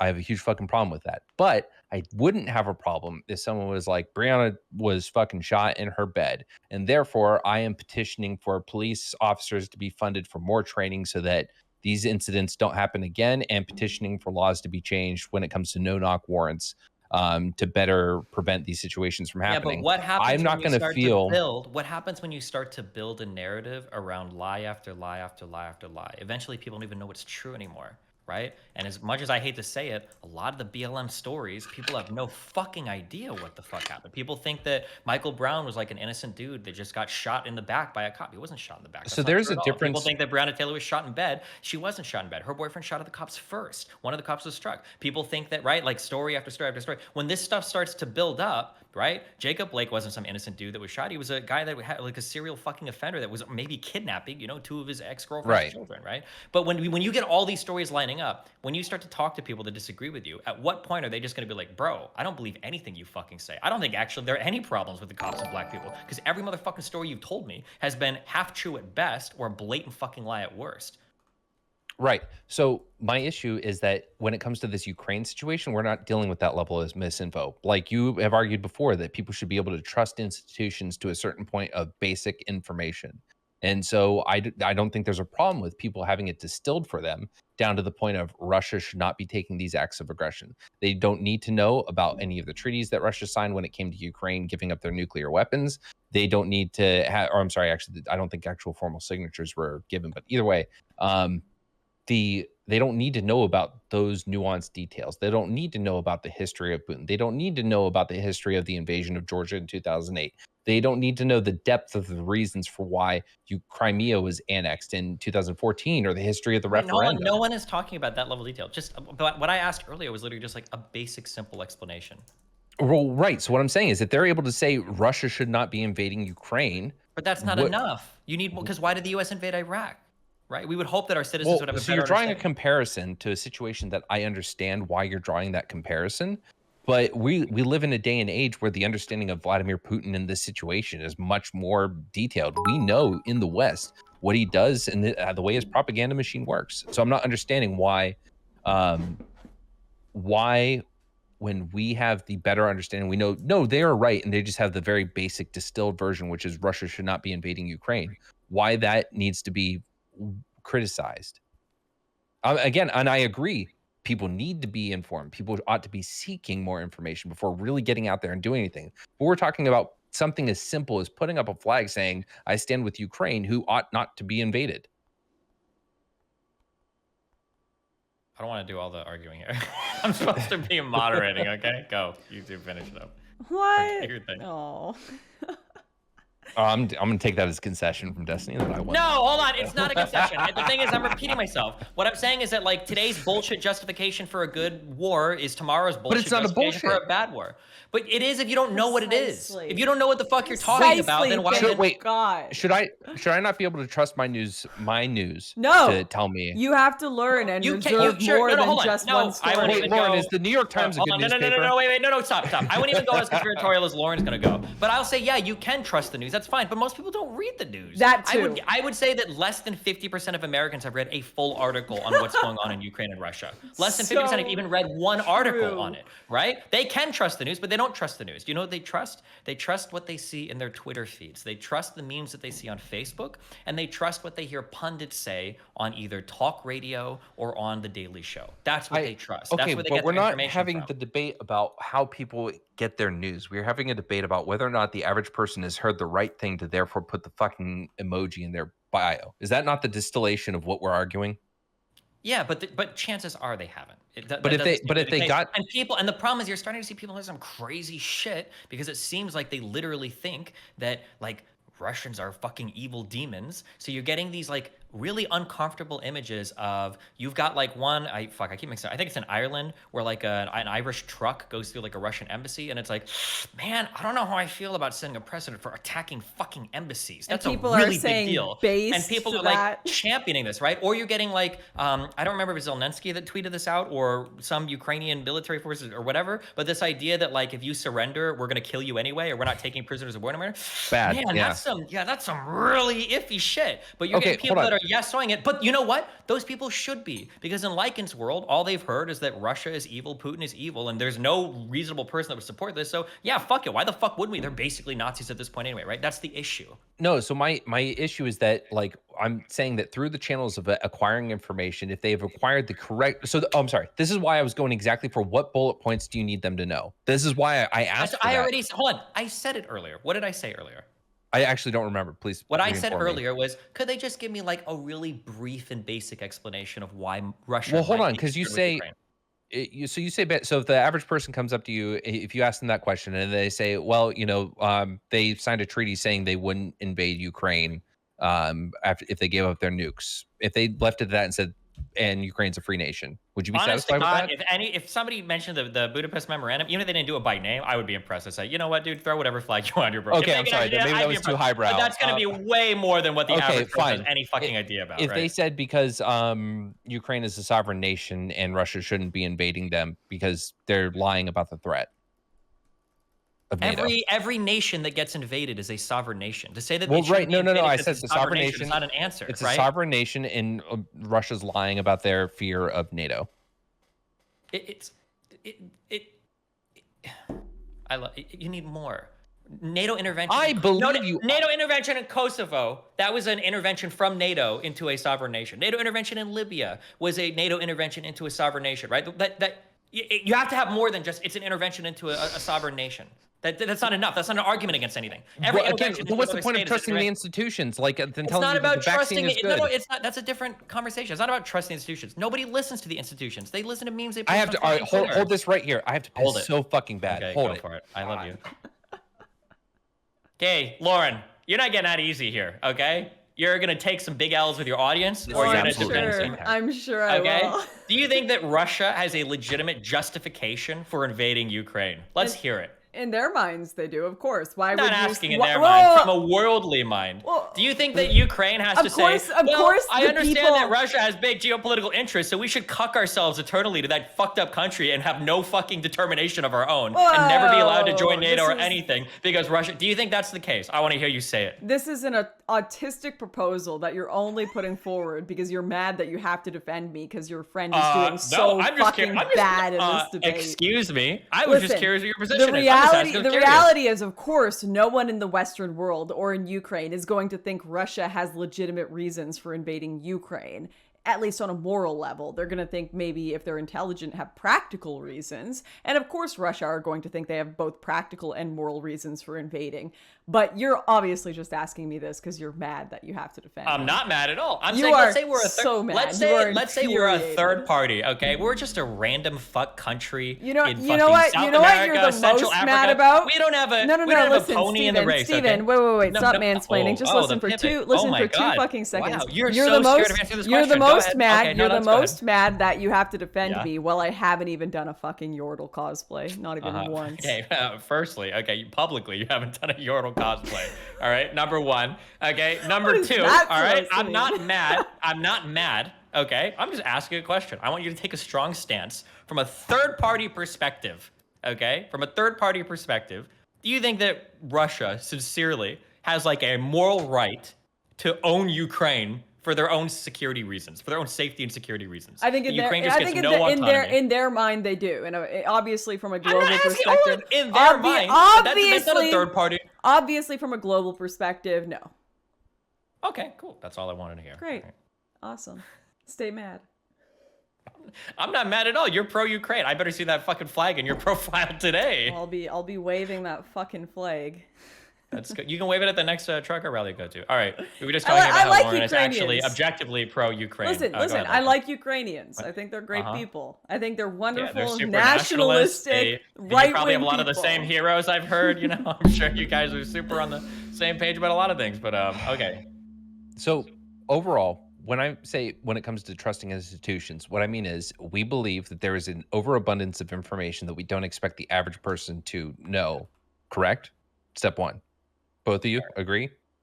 Well, I'm not. I'm just the moderator. Keep talking to her, okay? Lauren, you agree that most people, there is way too much information for most people to know, right? Yeah. And we therefore have the news organizations that we expect to both capture the events happening as they are, but to also analyze the past and then give some commentary on what's going on. Yes, and unfortunately they're shit, but yes, continue. Some can be, absolutely.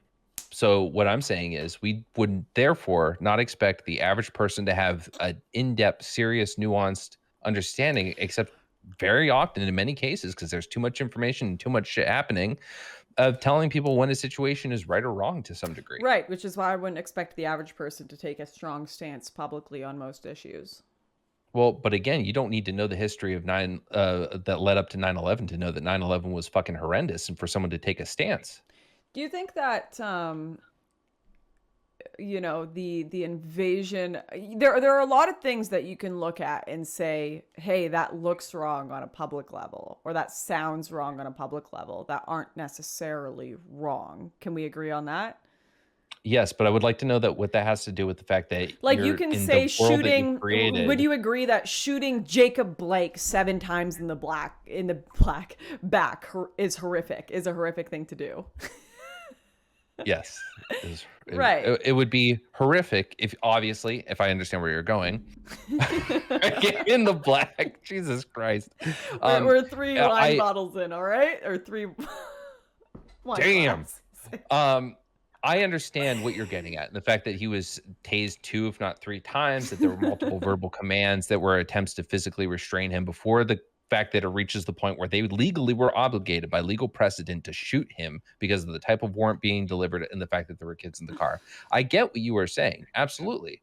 But what I'm saying, and when the news misrepresented it, yeah, I was upset and angry that there were hundreds of people, if not thousands, I don't know how many were there, marching in the streets of Kenosha trying to burn down the city under a bit of misinformation. Absolutely. But again, if in this case you agree that Ukraine is in the right, Russia is in the wrong, and that there is nothing wrong with the idea of supporting Ukraine, I say to you, what is needed more than the news distilling that information, the history and everything? Wait, we are looping because I think this needs to be resolved. I want to go to a quick point here. I had a girl come up to me the other day in the street and say to me, "Can I get a picture of you? I'm a huge fan. Are you internet girl?" And she was a very sweet woman. I like, very sweet lady. I won't say anything against her, but like, you know, there was a part of me that was like, I'm internet girl. She doesn't know anything about me. She doesn't know my name. She doesn't know any of my works. She doesn't really even know why she appreciates me. I'm just the girl she saw on the internet one time, and she wanted a picture of me. And I would much prefer someone who said, "Hey, Lauren, I really appreciated this documentary. You know, I bought Farmlands. I bought Borderless. I love this film. You put so much effort into it. This, and that is why I love your film, is why I would really like to get a picture of you, with you, rather than, hey, are you internet girl?" And I genuinely feel I share that perspective with the Ukraine situation and with any situation. Yeah, generally, I prefer people who are well educated on a subject to comment on a subject and to be engaged with the subject than those who are not. And I don't think that's an unpopular or even controversial position whatsoever. So what I say, so I'm combining what you're saying with someone in chat that can go fuck himself. If you, yes, we are looping because it's like, to what do you, because this person's saying literally nothing. And I think the implication from what you're saying is that they know literally nothing. So I'm saying if the baseline understanding would be Russia is wrong for invading, what the fuck do you need to know in order to take the stance of supporting Ukraine? Millions of people around the world will just mentally say America is wrong for invading every place they've ever entered. But there is obviously more to that. There are people that blew up Twin Towers because they believe America was wrong for invading. Again, you would not disparage Americans for being upset on 9/11. You would not disparage the world for saying that was incredibly fucked up. We stand with America. Even with the nuance, even with the understanding of our history, America's not justified. We're not Hassan Piker. We're not going to say that. So at the end of the fucking day, I don't see why, when it comes to Ukraine, with us knowing the history of Russia, with us knowing the history of Ukraine, and with us knowing the way Putin operates, why we're getting really fucking pissed off when the majority of the world is standing on the right side of this issue. Especially when the basic understanding you need is that Russia has a history of fucked up shit and they are wrong for invading Ukraine. I do not understand what this isn't. Like, I am failing. I am actually feeling like I was in the wrong classes for my entire time in fucking school because I am not smart enough to understand what is actually happening in this argument. Because to me, it's very fucking simple. Wait, can I just like walk through like a thing from start to, hold on, I'm so curious. Okay. Let's say that everything you just said is right. Okay, people are doing that, right? Who are you talking to? You. Okay. Let's say tomorrow, let's say that Russia wants to invade Azerbaijan or something, okay? Mm-hmm. And they're doing it because that country threatened to nuke Russia. They're just so fucking mad. They're like, we're gonna fucking nuke Russia.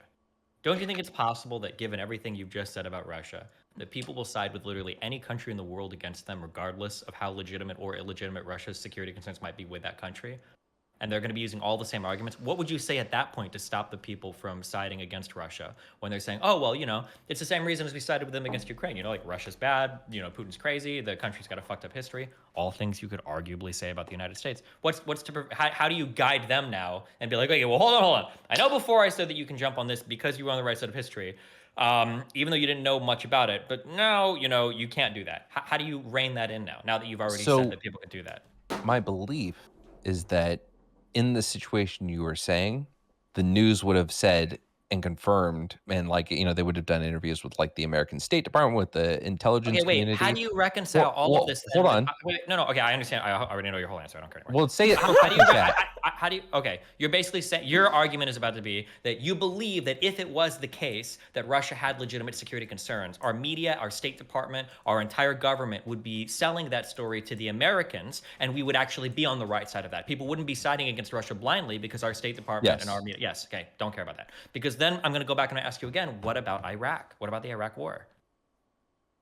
Do you think that the Iraq War means we should no longer trust our government or our media at all? It's not about trusting our government or the media. It's that if people were a tad more informed about foreign policy, is it possible that if we had a country full of people that were a little bit more informed about foreign policy, were a little bit more educated on foreign issues, that they would have been a little bit less, or they would have been more hesitant to support the government just barreling into Iraq to depose Saddam Hussein, that maybe they would have been a little bit more cautious there? Do you think that the vaccine trials against Black people and the things that we did with the different STDs that should discourage people from trusting vaccines nowadays, and the institutions that verify their safety and allow them to go forth into the population? No. Then why would our fuck ups there? Would we say, well, therefore you shouldn't? Because what I'm saying is that our fuck ups, the fuck ups of the government, could theoretically be controlled by a slightly more cautious or informed population. And that we can advocate for people to take a little bit better of an understanding about a particular issue rather than to just take the word of whatever. Do you think I don't agree with that? It doesn't seem like it, because earlier it seemed like you were saying oh no, because we're on the right side of history, people should just blindly support even if they don't know what the fuck is going on. So that's why, on many occasions as this has come up, I have said I am fully in support of that. And I wish people would be more informed. But I'm saying on this issue, on each issue, we would assume that people should have a certain... You can't change it on each issue because people are using an underlying generator to figure out how they're going to agree or disagree with a particular issue. You can't have an exception. This is like a programmer that writes an individual statement for every single outcome of a particular thing when you have one formula that generates everything that people are going to decide, right? You can't do that, right? I'm going to cede one little bit of ground. I will say that just knowing that the media told you that the news said Russia is wrong for aggressing, and not listening to whatever point prefaces or follows that is wrong. And that people shouldn't be taking that baseline level of understanding and then going forward. But sure. I'd still think that there are so many basic points that if I unfortunately it's 12:42, but if I messaged one random person in my fucking Rolodex and said, hey, what do you know about Russia? Why was it wrong? I'm going to get a decent response.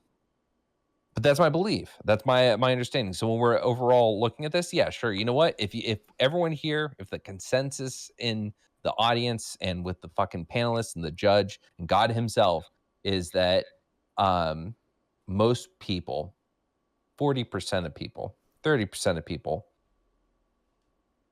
if only 30% of people understand some greater fact than Russia wrong, yeah, okay, fine. People need to do better and shouldn't be fucking posting this shit. Okay, well then if that was the case, would it be okay to tweet making fun of them, saying that them picking sides is kind of like them picking RPG factions? Isn't that kind of the whole point? If you're so confident that that's the case, and you as a massive public figure have no qualms about the impact that might have on other people doing such a thing, yeah, sure, go for it. Amazing. Shall we all go to bed now that we agree? I don't agree, though. That's the thing, is that I do believe that most people understand with some, a lot of people are old enough to remember the Cold War and don't actually need a super big issue to realize why Russia trying to recoup one of the Cold War states is a problem. Would you agree with that, Stephen? Ask Lauren. That's your. Lauren, would you agree with that? That there are a good you should majority ask of fucking... most of Twitch. Well, so they here's might the thing. have some disagreements with you on the Cold War. Twitch, yes, but I'm talking about in the public in general. A lot of these people, let's say that, you know, I don't know what the statistics are. I know Facebook's an older crowd than Twitter.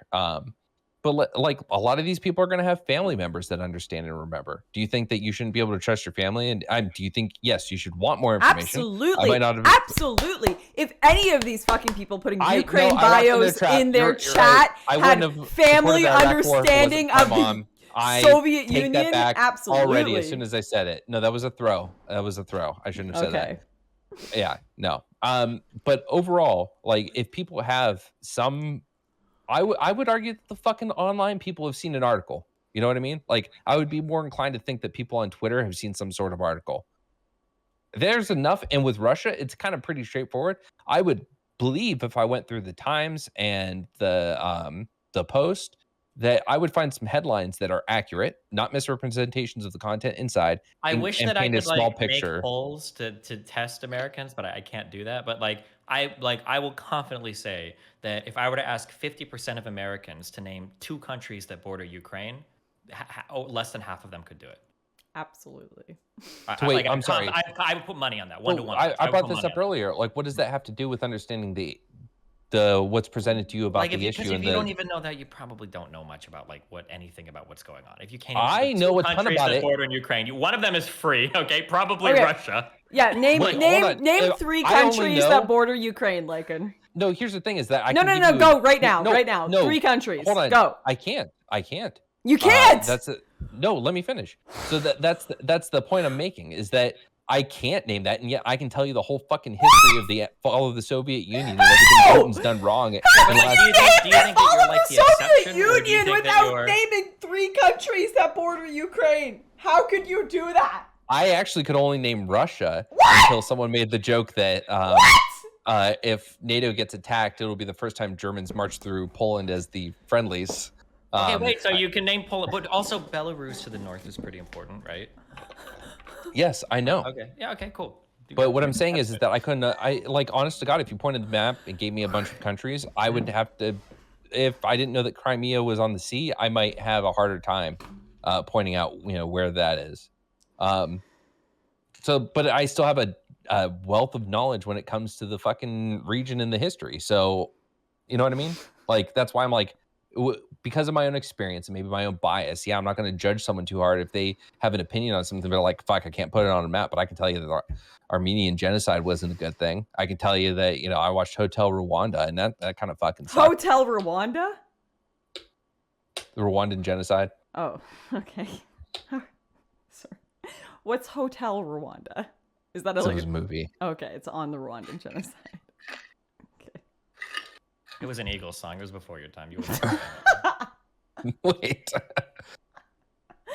Anyway, the whole point is anyway. So that's what I'm getting with that. It's just like when people are like, "Oh, well, you can't point it out on a map." It's like, yeah, but I can probably, again, I'm using that as an example. I'm not saying that you have to know the fucking geography. I'm just saying that these very general basic things, it's hard to believe. It's kind of like when I argued with the Surfs about he was saying that Google was transphobic because they made people the name tag. Yeah. And I was like, okay, well, who is it? It wasn't even Google. It was a security contractor. And it's like, listen, if you don't know any of those things, that's fine. I'm not even going to judge you for it. But if you have really strong feelings about it, you know anything about it? Well, now I kind of wonder, it feels a little bit more performative. Do you think that there's a lot of issues? There's a lot of issues when it came to the Ukraine-Russian stuff. I think that Russia invading Ukraine is kind of shitty, but I didn't really say much about it because honest to God, I didn't know much about the history of it. Now I feel way stronger about it because I'm more informed about it. I think it's really fucked up that Russia's invading. But before that, you're not going to find me having a super strong opinion. I was like, oh, I don't know. I don't think they'll do it. I don't really think much about it at all because why the fuck would I have a super strong opinion on something that I don't know that much about? Do you think people have really strong opinions on things they don't know much about?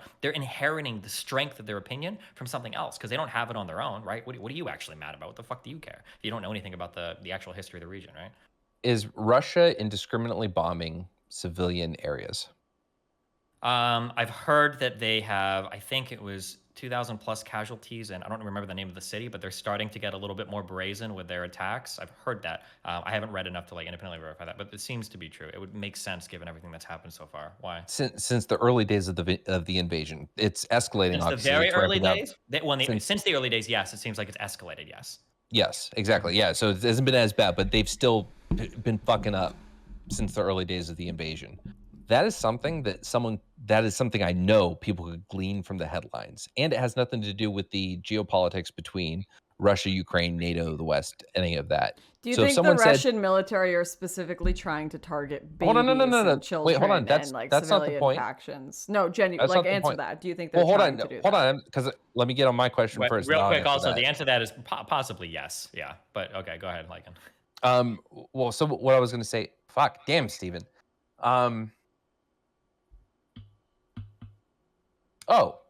So if that was the reason, if they didn't have any of the geopolitics reasons, but if that was their reason, would you be like, oh yeah, they put up that flag? Because those flags have been going up since the invasion. So if people were like, Russia's fucking doing bad shit in civilian areas, you don't need to do a lot of research to find out.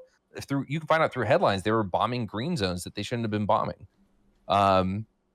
So if they had that, would that be enough? Yeah, but also some of the headlines are iffy. Like, for instance, there were headlines that Russia was bombing. Hold on, there were headlines that Russia was like bombing like the fucking nuclear plant. I don't think that's true. Even when I read that, I just immediately thought, "There's no fucking way. This seems." But if you talk to someone and they give you the answer, and they're like, "Oh, well, they give you one sentence. Oh, the Russians were doing this, and therefore I stand with Ukraine." You're not going to say, "Okay, yeah, but what article did you read that in? And give me a little more detail." Absolutely, you should say that. I think most of us don't know. Maybe they are trying to bomb civilians. I don't fucking know. Talking... But for the most part, when I see a lot of people that are clearly saying like, oh, the ghost of Kiev is real, and all the people on Snake Island were killed, suddenly tell me they're bombing babies, I'm like...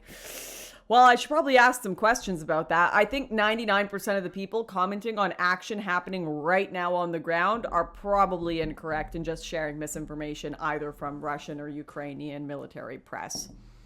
But you're talking deeper about people sharing information. I'm talking about the flag. Like, all you need to do is find out Russia's done more than one bad bombing. We've all agreed that no matter what, you should probably be more educated on topics that you are commenting on in a strong manner, especially putting flags in your bios. What degree in order to put the flag in the bio? If they know that Russians are doing bad bombings, is that enough? There you go. That's my line. Yeah, well, you know what? The Ukrainian military came out the other day and said that they were going to kill Russian prisoners of war, and that's a war crime. What do you mean, what aboutism? I'm saying whoa, listen. I'm saying people could read that and say, what else do you need to know? All you need to know is the Ukrainian military are committing war crimes and saying they're going to kill Russian prisoners of war. What else do you need to know? That's all you need to know about Ukraine. 14,000, ethnic Russians have died in eastern Ukraine due to the ongoing civil war since 2014. Exactly. No, wait, hold on. I'm sorry. Stephen, repeat your point, please. I think it's like some 14,000 civilians have died in eastern Ukraine, and Russia says that these are mainly ethnic Russians that have been killed by the Ukrainian military. I don't know enough to comment on that. Exactly. I love that. I love you saying that. That's hot. Like, keep saying that. That's beautiful. Keep saying that. That's amazing. I'm loving this. No, I didn't say you were right. No. So I want to go back to my question, because you're not losing me on that. You're not losing me on it. I got to find it again, but you're not going to lose me on it. Give me a second. If they knew through the news that Russia was doing bad bombings in Ukraine, and they said, that's fucked up, innocent Ukrainians are dying, I stand with Ukraine, and they put the flag in their bio, do you have a problem with that? If I sat here and heard that the Ukrainian military are murdering prisoners of war, and I put a Russian flag in my bio, the fucking question. Would you have a problem with that? First of all, don't mock my I am inebriated and trying to fucking make sure I have my goddamn thoughts together voice, miss. Thank you. Second of all, your nails are lovely. Thank you. I like. Is that glitter on them or? It is. I appreciate that. Hold on. Are those real or are those acrylics? Shut up. Shut up, Yeah, that's Steven. right. Okay, You're not supposed to know this much about women. Don't be tricked, okay, by these fake fucking people like it, okay? I got your back, don't worry. Thanks, buddy. All right, anyway, back to the question. No counter questions. I want an answer. I'm not even restricting you to a yes or no. You want to talk for 5 minutes, give me a dissertation, lay it on me, baby.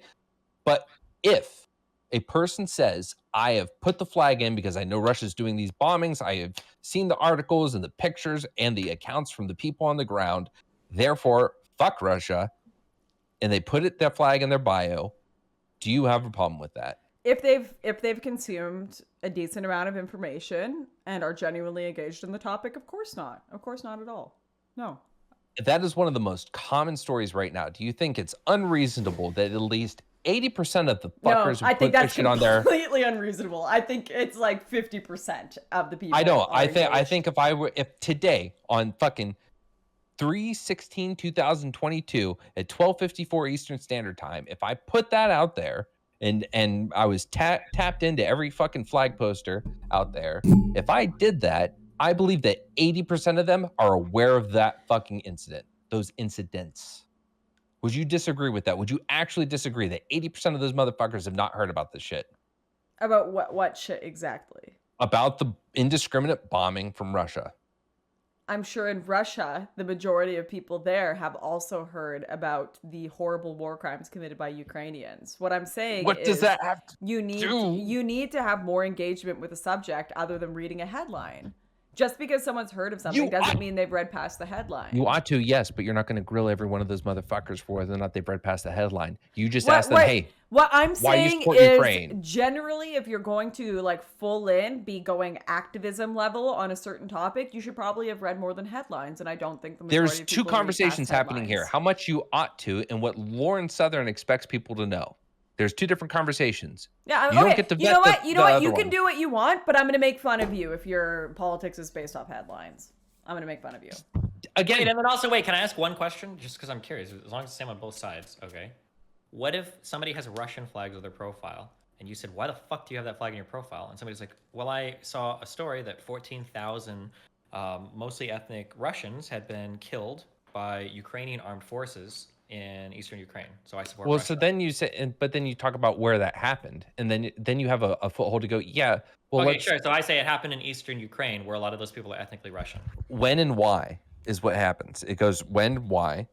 Why? Because those people they wanted freedom from Western Ukraine because they didn't support the new president that got there after. It's not a whataboutism. What do you mean? The people don't want to be there. The last leader that was there got ejected via a coup. They want independence as well, like Crimea was liberated by Russia. They want to be liberated. No, because I just heard you the other fucking day bring up all the other shit, such as. Whoa, hold on. This isn't my argument. I wouldn't say this, but I'm saying a person could reasonably say this if they read the right headline. No, but that's what I'm saying. This is the issue. This is the problem. Is that if you read a couple headlines, you could stick any fucking flag in your profile you want. You could put a fucking Moonlight flag from Aqua Team Hunger Force. Talk about how they should own the fucking world, right? It just anybody can read like 2 headlines. But this is the problem with getting your news via Twitter or headlines. But again, I'm not talking about explicitly to the degree to which we are holding humanity accountable. I'm talking about what Lauren goddamn Southern needs from a person. And Lauren goddamn Southern doesn't have the time or the patience or enough wine to go through the fucking world and go to every single person with a flag and validate beyond just what knowledge do you know.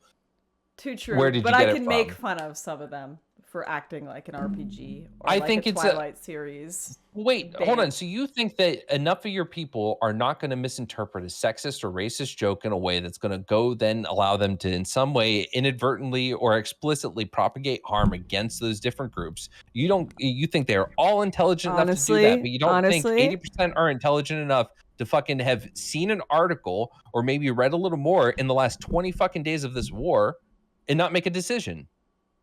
I don't give a fuck. I'm going to make fun of them either way. Well, I think we've reached our natural conclusion, Stephen. Nice job, guys. Wow. You both performed splendidly over this fucking boring topic. Congratulations. You managed to draw this out into almost 3 hours of content for me to leech off of. How are you both feeling? I'm pretty good. I don't know how Lauren feels. I have so much wine in me and so much rose water on my face. I feel incredible. I am like ascending to like the 7th dimension of white woman right now. It's unreal. Have you ever considered White Claw? Oh, that's too bad. That would be like I'd beat the blue lady in the different realm if I had White Claw right now. Gotcha. I feel pretty good. I don't know how Lauren takes these conversations. I like these. I don't like hold hard feelings or anything like that after. And I think that it was a lot of fun to engage with. I just am a little frustrated. I enjoy people that I can disagree with that don't get so offended that they'll never talk to me again. So I respect you, Lycan. Cheers to you. Cheers, homie. Excellent. I almost dropped it. There's nothing in here. It's ice. What am I doing? Steven, I appreciate you hosting it. This was her condition. This might not have been able to happen without you. Wow. Well, I can't wait when we get the Surfs TV on here next. Oh, can we do an IRL debate? Surfs, listen. He'll say no, but yeah, he's never I will buy your flight to do an IRL debate modded by Steven with the two of us. All right? I'll buy your flight. I'll donate $500 to an indigenous organization if you win, okay? By popular demand. Up to you.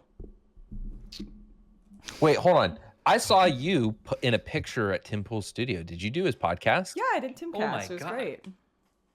What do you think of Tim Pool's Twitter activity?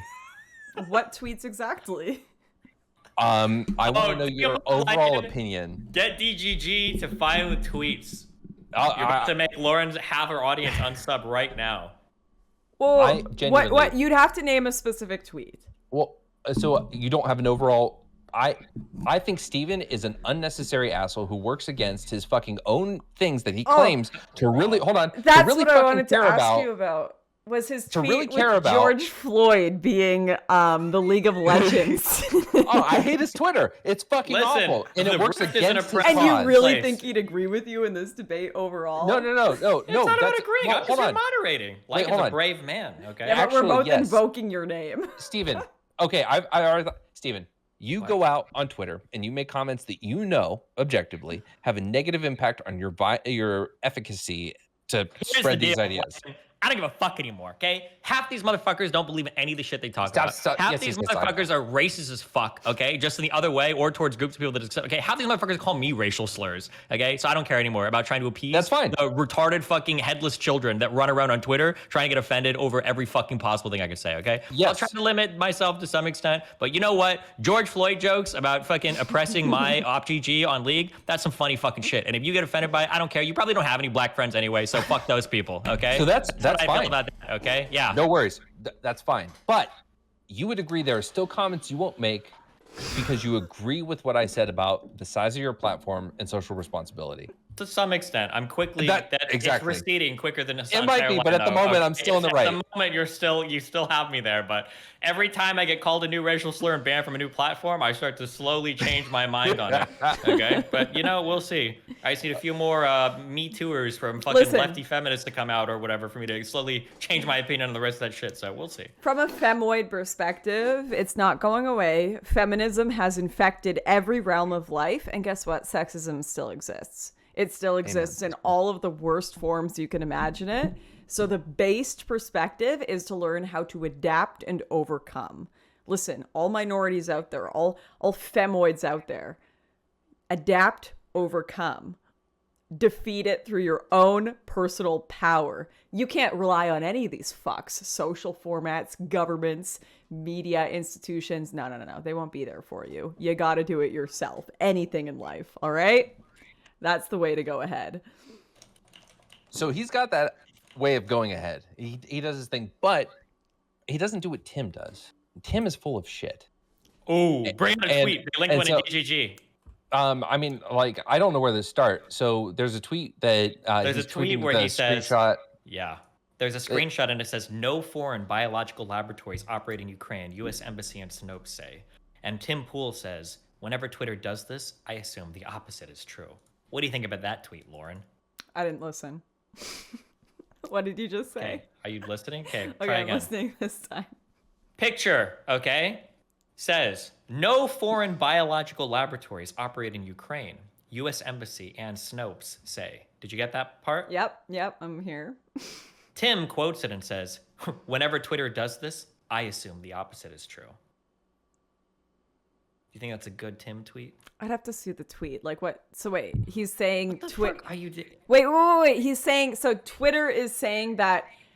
Here, yeah, I linked you the tweet. Link me the tweet. Yeah, I need to look at it. Also, stop saying wait. That's my line. Okay? I don't know why you guys all copied my shit. Okay. My stealing from you. Well, you also stole being based in right wing from me, so that's okay. I was literally right wing before you were fucking born, honey. Oh yeah, you're like 8 years younger than me. I was writing fucking articles about how based George Bush and Reagan were when you were a fucking sperm swimming around your dad's ball sack. So don't even tell me about copying anything from you, motherfucker. All right, yeah, for sure. There's the tweet. Whenever Twitter does this, I assume the opposite. No foreign. Okay, wait, didn't they just prove that biological laboratories existed in Ukraine? Isn't that true? Ask her about the tweet, and don't let her squirm around for what the matter is. That's Focus true. on the process. Now she's focusing on whether or not it's true or not. But wait, Tim was literally correct. Okay, so to what you're saying, I believe the news you're talking about is from a day ago. And so Tim predicted it correctly. So Tim predicted it correctly. No, he does this all the time. He does this. Why? So many I feel like things. you could totally choose a tweet where Tim was wrong, but you chose one where he predicted it right, which feels like a terrible. No, okay, so I asked chat to help me find this. There's a clip where the motherfucker says that he tweets all kinds of shit, bullshit and not bullshit, just so no one can ever tell. But the reality is, motherfucker's been tweeting stupid shit forever, and this was just some dumb cover. Well, then pick a tweet where he's wrong to show me. Pick a tweet where he's fucking wrong. Oh, wait a second, Lauren. Your hair got super fucked up. You need to go to the bathroom for a second, okay? I know, it's so go fix it real quick, okay? No, it's okay. I've got a camera here. It's fine. No, go 1 minute, okay? We need 1 minute. No. You got it. You got to catch up. Give me a second. Give me a second. I got it. Give me a second. There was a screenshot of it the other day on Reddit. No, we don't. No, not another tweet. You can use this one. What? Oh, okay. Yeah, I see how it is. I see how it fucking is. The problem with this tweet, Lycan, is that it has a bad thought process. Whether or not it's true or false, just like how whether or not supporting the Ukrainians that's what I was saying. Yeah. The fact that he would say, the idea that, just because Twitter fucking news said it. But he was right. So at least, I'm saying, you look like, it doesn't matter. You look like a retard for picking, bullshit words to the wrong fucking conclusion. Hold her. And I am. Yeah, so tell the conclusion doesn't matter. Tell her it's about the thought process. Sorry. Thank you, Steven. You're right.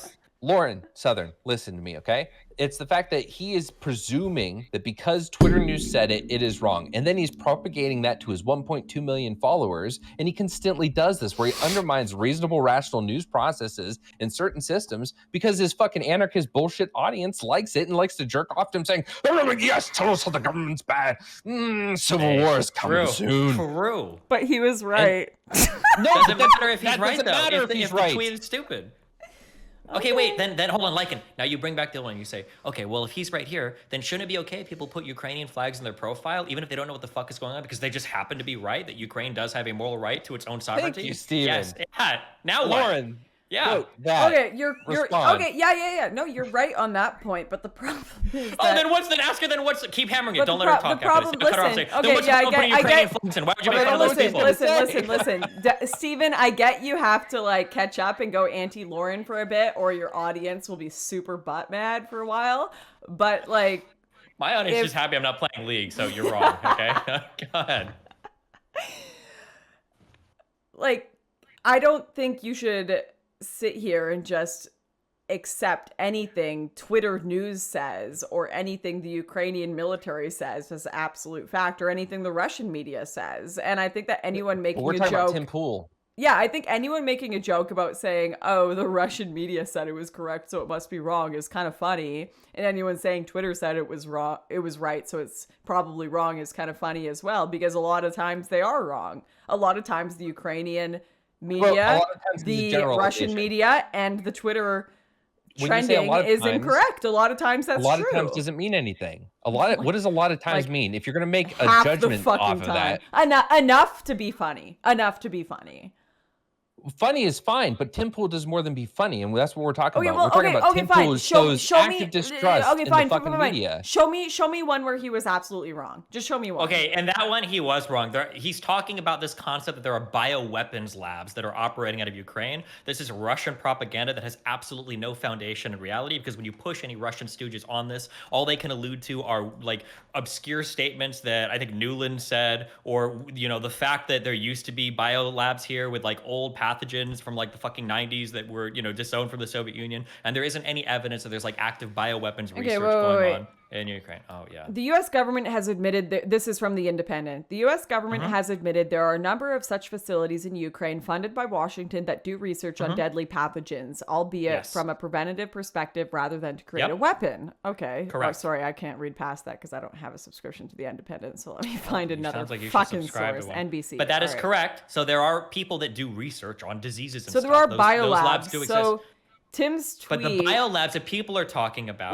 Wait, the tweet. Shut the fuck up, Steven. The tweet he was responding to isn't saying military biolabs. It's just saying no foreign biological laboratories, which is incorrect. There are foreign biological laboratories, not military, but there are laboratories studying biological pathogens. So what he is saying is technically correct. But sure, I can agree that him saying that because Twitter said it, then it must be untrue is definitely a criticism you could make of him. But it is a retarded tweet to pick to criticize me or Tim from when he is correct in this instance. It's not a retarded tweet. Yes, it is. The tweet there, what he's talking about are like bio labs that are used to create biological weapons. Steven, read the tweet again. It doesn't say anything about bioweapons. It's the response. Wait, hold on. Do you think that people are Steven, please, for the love of God, before you embarrass yourself, reread the tweet. With the sober brain cells left in your head, do you think that Tim is just making an innocuous comment on the state of biological research in Ukraine? Steven, do you think he's just saying, I don't think there's any, or do you think this has to do with the particular narrative right now that people are trying to say that there are bioweapons being researched in Ukraine? What do you think is more likely? Steven, can you please reread the tweet he's responding to, or the? It's not about just no. Reread the headline he's responding to. Just read it out loud for me for 1 second. No foreign biological laboratories operate in Ukraine, U.S. Embassy and Snopes say. Is the headline of the article. So are there any foreign biological laboratories operating in Ukraine? I don't know their definition of foreign biological. You know what? There probably aren't actually. No, there are. There are biolabs that are funded by the U.S. in Ukraine. That's not a foreign biological lab, though. People get funding for labs all over the world. China has labs or funding that comes from different institutions in the United States. Like tons of people get funding all over the world about. That's not a foreign ran and owned biolab. So wait, but before you were seething over it being a weapon lab. So you're incorrect there. Wait, incorrect about what? That's like the current propaganda point of the Kremlin? The idea that there are secret biolabs that are targeting Russian DNA? Or that I hear Jackson and fucking Haas talk about this all the time. For some reason, The Independent gave me access to this article. The U.S. government has admitted there are a number of such facilities in Ukraine funded by Washington that do research on deadly pathogens. So there are foreign, as in Washington-funded biolabs doing research on deadly pathogens in Ukraine. Wait, does that make it a foreign biolab? If it's funded by a foreign country, I think that's fair. Funded in whole, in 100% of their funding. Let's find out.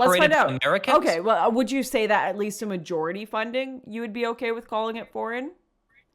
I'm not sure. It would still depend on the structure of how the ownership goes. Sure, that's If there's fine. a business that operated in the United States and 60% of the shares of it were held by like a foreign national, would I say that it's owned by like that foreign country? Probably not. It would depend on the structure of the business. I need a little bit more information. If a business was funded 60% by Russian assets, would you call it a Russian funded or Russian owned asset? It would depend on the structure of the business. So if a business was funded like 90%. It would depend on the structure of the business. Okay. Like let's say that there existed like a bakery in France, and like 90% of the investment came from Americans overseas, but like all the management there and all the employees and everybody were French people, and their supply chains were all French or whatever. Would I say like, oh, like that's an American operated bakery or whatever? That's a foreign owned bakery. I mean, I guess like technically it is, but okay, well, let's read this article together then. Let's read this article. Sure. All right. Okay.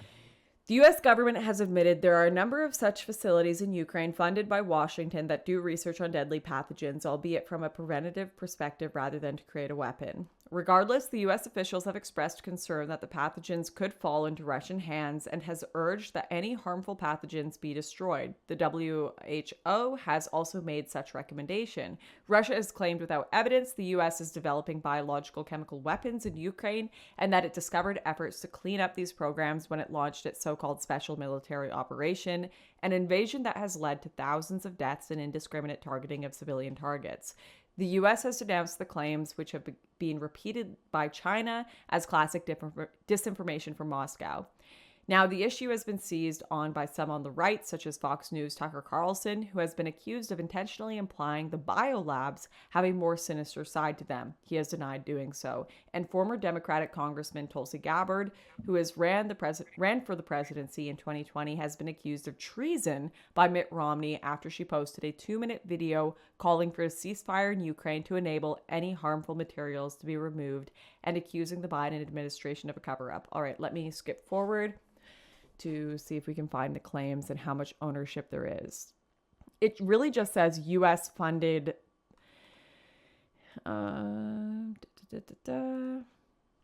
She said Russia has documents showing Ukrainian health ministry has ordered destruction of samples, blah, blah, blah, blah, blah.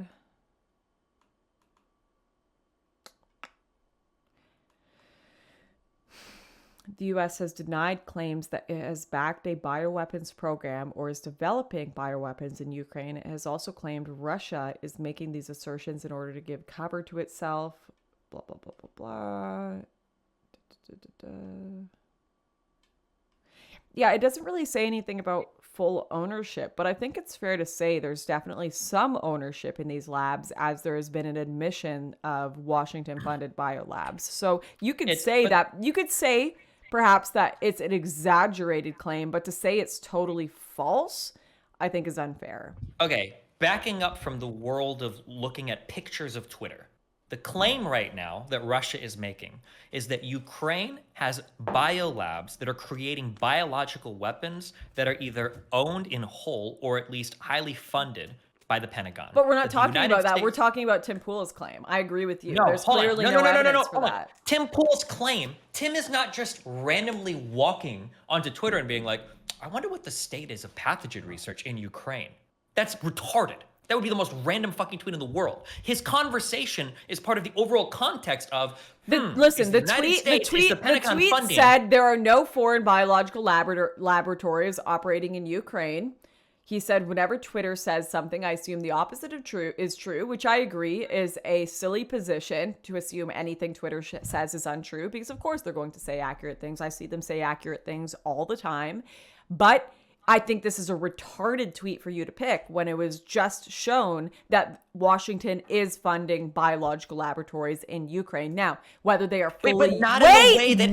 Shut the fuck up. Whether they are fully U.S. owned or not is another argument. But wait. They are clearly onto something when they're saying... No, they're not. Oh my gosh. The United States funds thousands of labs all over the fucking world for research. China funds thousands of labs all over the fucking world for research. So, if one country happens to invade another, and somebody's like, "Oh my god!" I think it was probably irresponsible to say there are no foreign biological laboratories. Then, rather to say a more nuanced approach, like, actually, we do fund some biological operations in Ukraine, but perhaps it is majority Ukrainian owned. We're just operating some facilities there. We're just promoting some research there. You know, I think what is the statement of the U.S. Embassy? So what if Trump were to say there was zero interference of Russians in the U.S. election, and then you found out that they gave $50,000 to Trumpian propaganda? I think a lot of people would be really angry. Even though that is a very small amount in the splash of things, I think people would be very angry at the statement of there was no interference. Well, okay. And I think that's fair. If you want to make a fair critical statement of what the U.S. Embassy said, then we need to look at what the U.S. Embassy said to see if they actually made a false claim. I don't know what the U.S. Embassy's claim is. It's not enough to know. I know that Tim Pool doesn't like to read past fucking headlines of articles, but the picture of a headline is not enough to gather the entire U.S. Embassy statement. My guess is the statement itself is probably like 3 paragraphs long. If you want, we can find the statement. Let's find out. Yeah, let's find the statement. Okay, I think that would be worthwhile. Okay, no foreign biological laboratories operate in Ukraine. If it is nuanced, I will agree with you. You know. Okay, fine. Here, okay. In April, okay.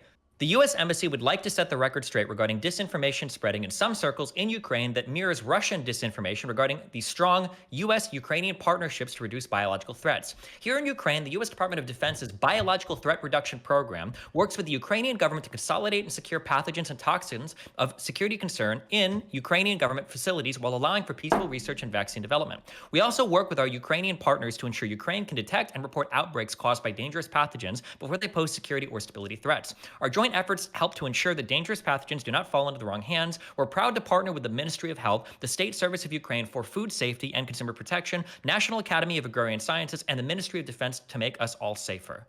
Does it sound like anything in here is a lie? No, but like, to me, so it's like obviously there are U.S. funded biochem labs in Ukraine and they're useful and they're helpful, but like, I just think that it's an unuseful headline, you know? Yeah, but that's coming from the headline of an article. I agree. That's why we read past the headline. I completely agree. Maybe Tim tweeting his disagreement with a fucking picture of a headline of an article that just took me 62 seconds to read is a tad irresponsible. Sure. I agree with that. Okay. But I just thought it was a silly pick when it's like, actually there is some, you know, it was a bad headline. It was actually a bad headline. Yeah, but this goes back to like these little things showing a bigger scope of a problem with an individual. And that is just how many examples, big and small, there are of Tim engaging with media this way and being dishonest to his audience or being a fucking moron and then being allowed without restrictions. How about you guys go debate Tim instead of me? Like, because he only responds when he thinks he has some like really flippant fucking asshole remark to make, or that he thinks he's really self-righteous in his moment. When he's doubling down on some of the stupidest, most debunkable shit, you want to talk about someone who should maybe read beyond the fucking headline. This headline, this is a bad headline either way. Like, it can go either way. It's a retarded headline to pick. So bigger picture. Go talk to Tim. We're talking bigger picture. I am not he doesn't Tim's answer handler. To any people that can actually push back on him. I'm not Tim's handler. If you want to pretend, because Destiny's been on his endorsement shut of this man. The fuck up. Destiny's been on his podcast too. You retard. Go like what are you talking about? And he was fighting with him the entire time. And he was pushing back on his shit. Now, granted, you want to know what? Yeah, you're right. You did. And Destiny, you fucking squandered it. You squandered it because you were so worried about making sure that you weren't on such bad terms like every other fucking person you debate for one time, and they fucking disappear and they turn into the Destiny hiccup. Hold on. Lycan. What did Tim and I talk about on his podcast? Did you watch it? No, I haven't watched it. Okay, then why the fuck are you commenting on how I acted on his podcast? Shut the fuck up! That was a joke. That was a joke. That was a joke. I thought you liked jokes and were tough enough for jokes. I am. I wish you were. Called out. Oh my god, you got her hard on that one. Like, she's seething. I can see the fucking seeth and coke. I love it. I love seething because I know that they were good jokes. They got me mad, and I just wish Lycan supported good jokes that got people mad. I do. I just don't say them on stream. Lycan, do you eat your toothpaste? Be honest. God, no. I'm actually terrified of swallowing up. Okay. Excuse me, I gotta spit like a good girl.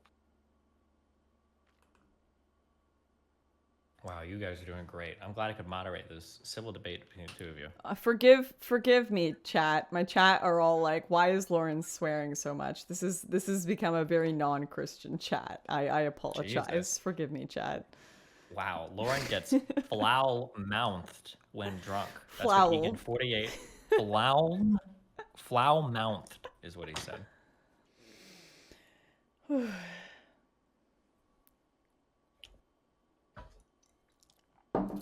I missed something? Lauren's chat is upset that she's swearing a lot. I should stop swearing sometimes. Wait, really? I'm seething. I am maulding. I am seething right now. But I love it. She doesn't want to swear. Unbelievable. The language police are here. But I love that. I love that Lycan has got me mad over his jokes. I love that Lycan showed up and had the, the respect for comedy to make fun of Christianity despite me being a Christian, to make fun of women and my understanding of women despite me being a woman. I love that he has that respect for me to be willing to crack jokes at my gender and faith. I love that. And I love that I won this argument. Wow. Wow. All right. Now, Pussycat bringing out the claws. All right. I'm sorry, I can't even be casually sexist. So, I do appreciate good humor and good jokes and whatnot. Banter, as you mockingly put it towards me, on Twitter. I'm all cool and good with that. I just believe that people should be responsible with their platforms. And hey, you know what? Every hooker has their price, and at the end of the day, it very well might be that once I have the type of platform, my moral price will be a little lower, and I'll be happy making certain comments without consideration. I respect that comment because I just won. If you're gonna call the woman you debated a hooker at the end of the debate, sexism, see, this is you conflating. This is you conflating Lycan things. I wasn't calling you a hooker. It's that old joke about like. Yeah. Listen, it's that old joke about daddy issues. It's just that old joke about daddy issues. You can use it in any context. You're doing your Lauren conflating bullshit where it's like, this is not relevant. Like, and if I was at a job and I asked a woman if she would go and fetch something from another room, and she was like, no, and I was like, what if I give you $20? And she was like, okay, fine. And I'm like, I knew it. Every hooker has a price. How do you think she'd feel about that one, Lycan? I wouldn't fucking say that. But if I'm making but if you're talking to Lauren Southern in a debate about sexism on the internet, no, do we know the joke I'm talking about? Yes. Do you know the daddy joke I was talking about when I was referring to Trudeau? No, because you know what? Yes. You know what? See, I'm going to do it again. Fuck you all. It's going to be taken as Nell, but it's not. It's a realization of problematic ideas. The reality that, the joke does reference to a woman. There's no version of that joke where a woman's talking to a man at the bar and says, would you have sex for $1 million? And the guy says, yeah, I probably would. And they're like, cool. What about $1? And the person goes, no, fuck you. What do you think I am? A hooker? And he's like, yeah, we've already established that. Now we're just talking about price. Like, there's no version of that. So therefore, yes, it is a problematic joke. But yes, absolutely. You're absolutely right. You know what, Lycan? I support you in your problematic jokes. I think it's funny. I think it's cute. I cheers to you. And I hope you learn that you can be accepted in making your problematic jokes one day without being problematic to the internet and your platform. Well, now I know when you bring me home for Thanksgiving, because I know you guys have it too, your parents won't mind when I drop the N-bomb or two, because I'll just be joking. Got him.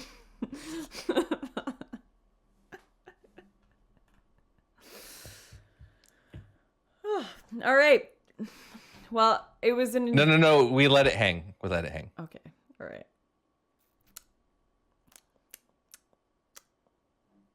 You guys are both great tonight. Man, that's awkward. Have fun. Thank you so much for all of this. And wow, I can't wait till you guys figure out what the next topic is going to be. I'm sure it's going to be as exciting as this. Lauren, can you hold up that bottle of wine? How much do you have left of it? I don't want to talk about it. Shut up. I just want to see. I'm just curious. Listen, we've somehow managed to find a friendship in political disagreements. We're not going to find a friendship in you pointing out my alcoholism, okay? I'm just... You can... Okay. Yeah, okay. All right. It's been fun. You guys have fun. Peace out, okay? All right. Bye, guys. Good night, Lauren. It was very nice chatting with you. It was lovely talking to you. We'll do it again. Bye. Yep. Bye.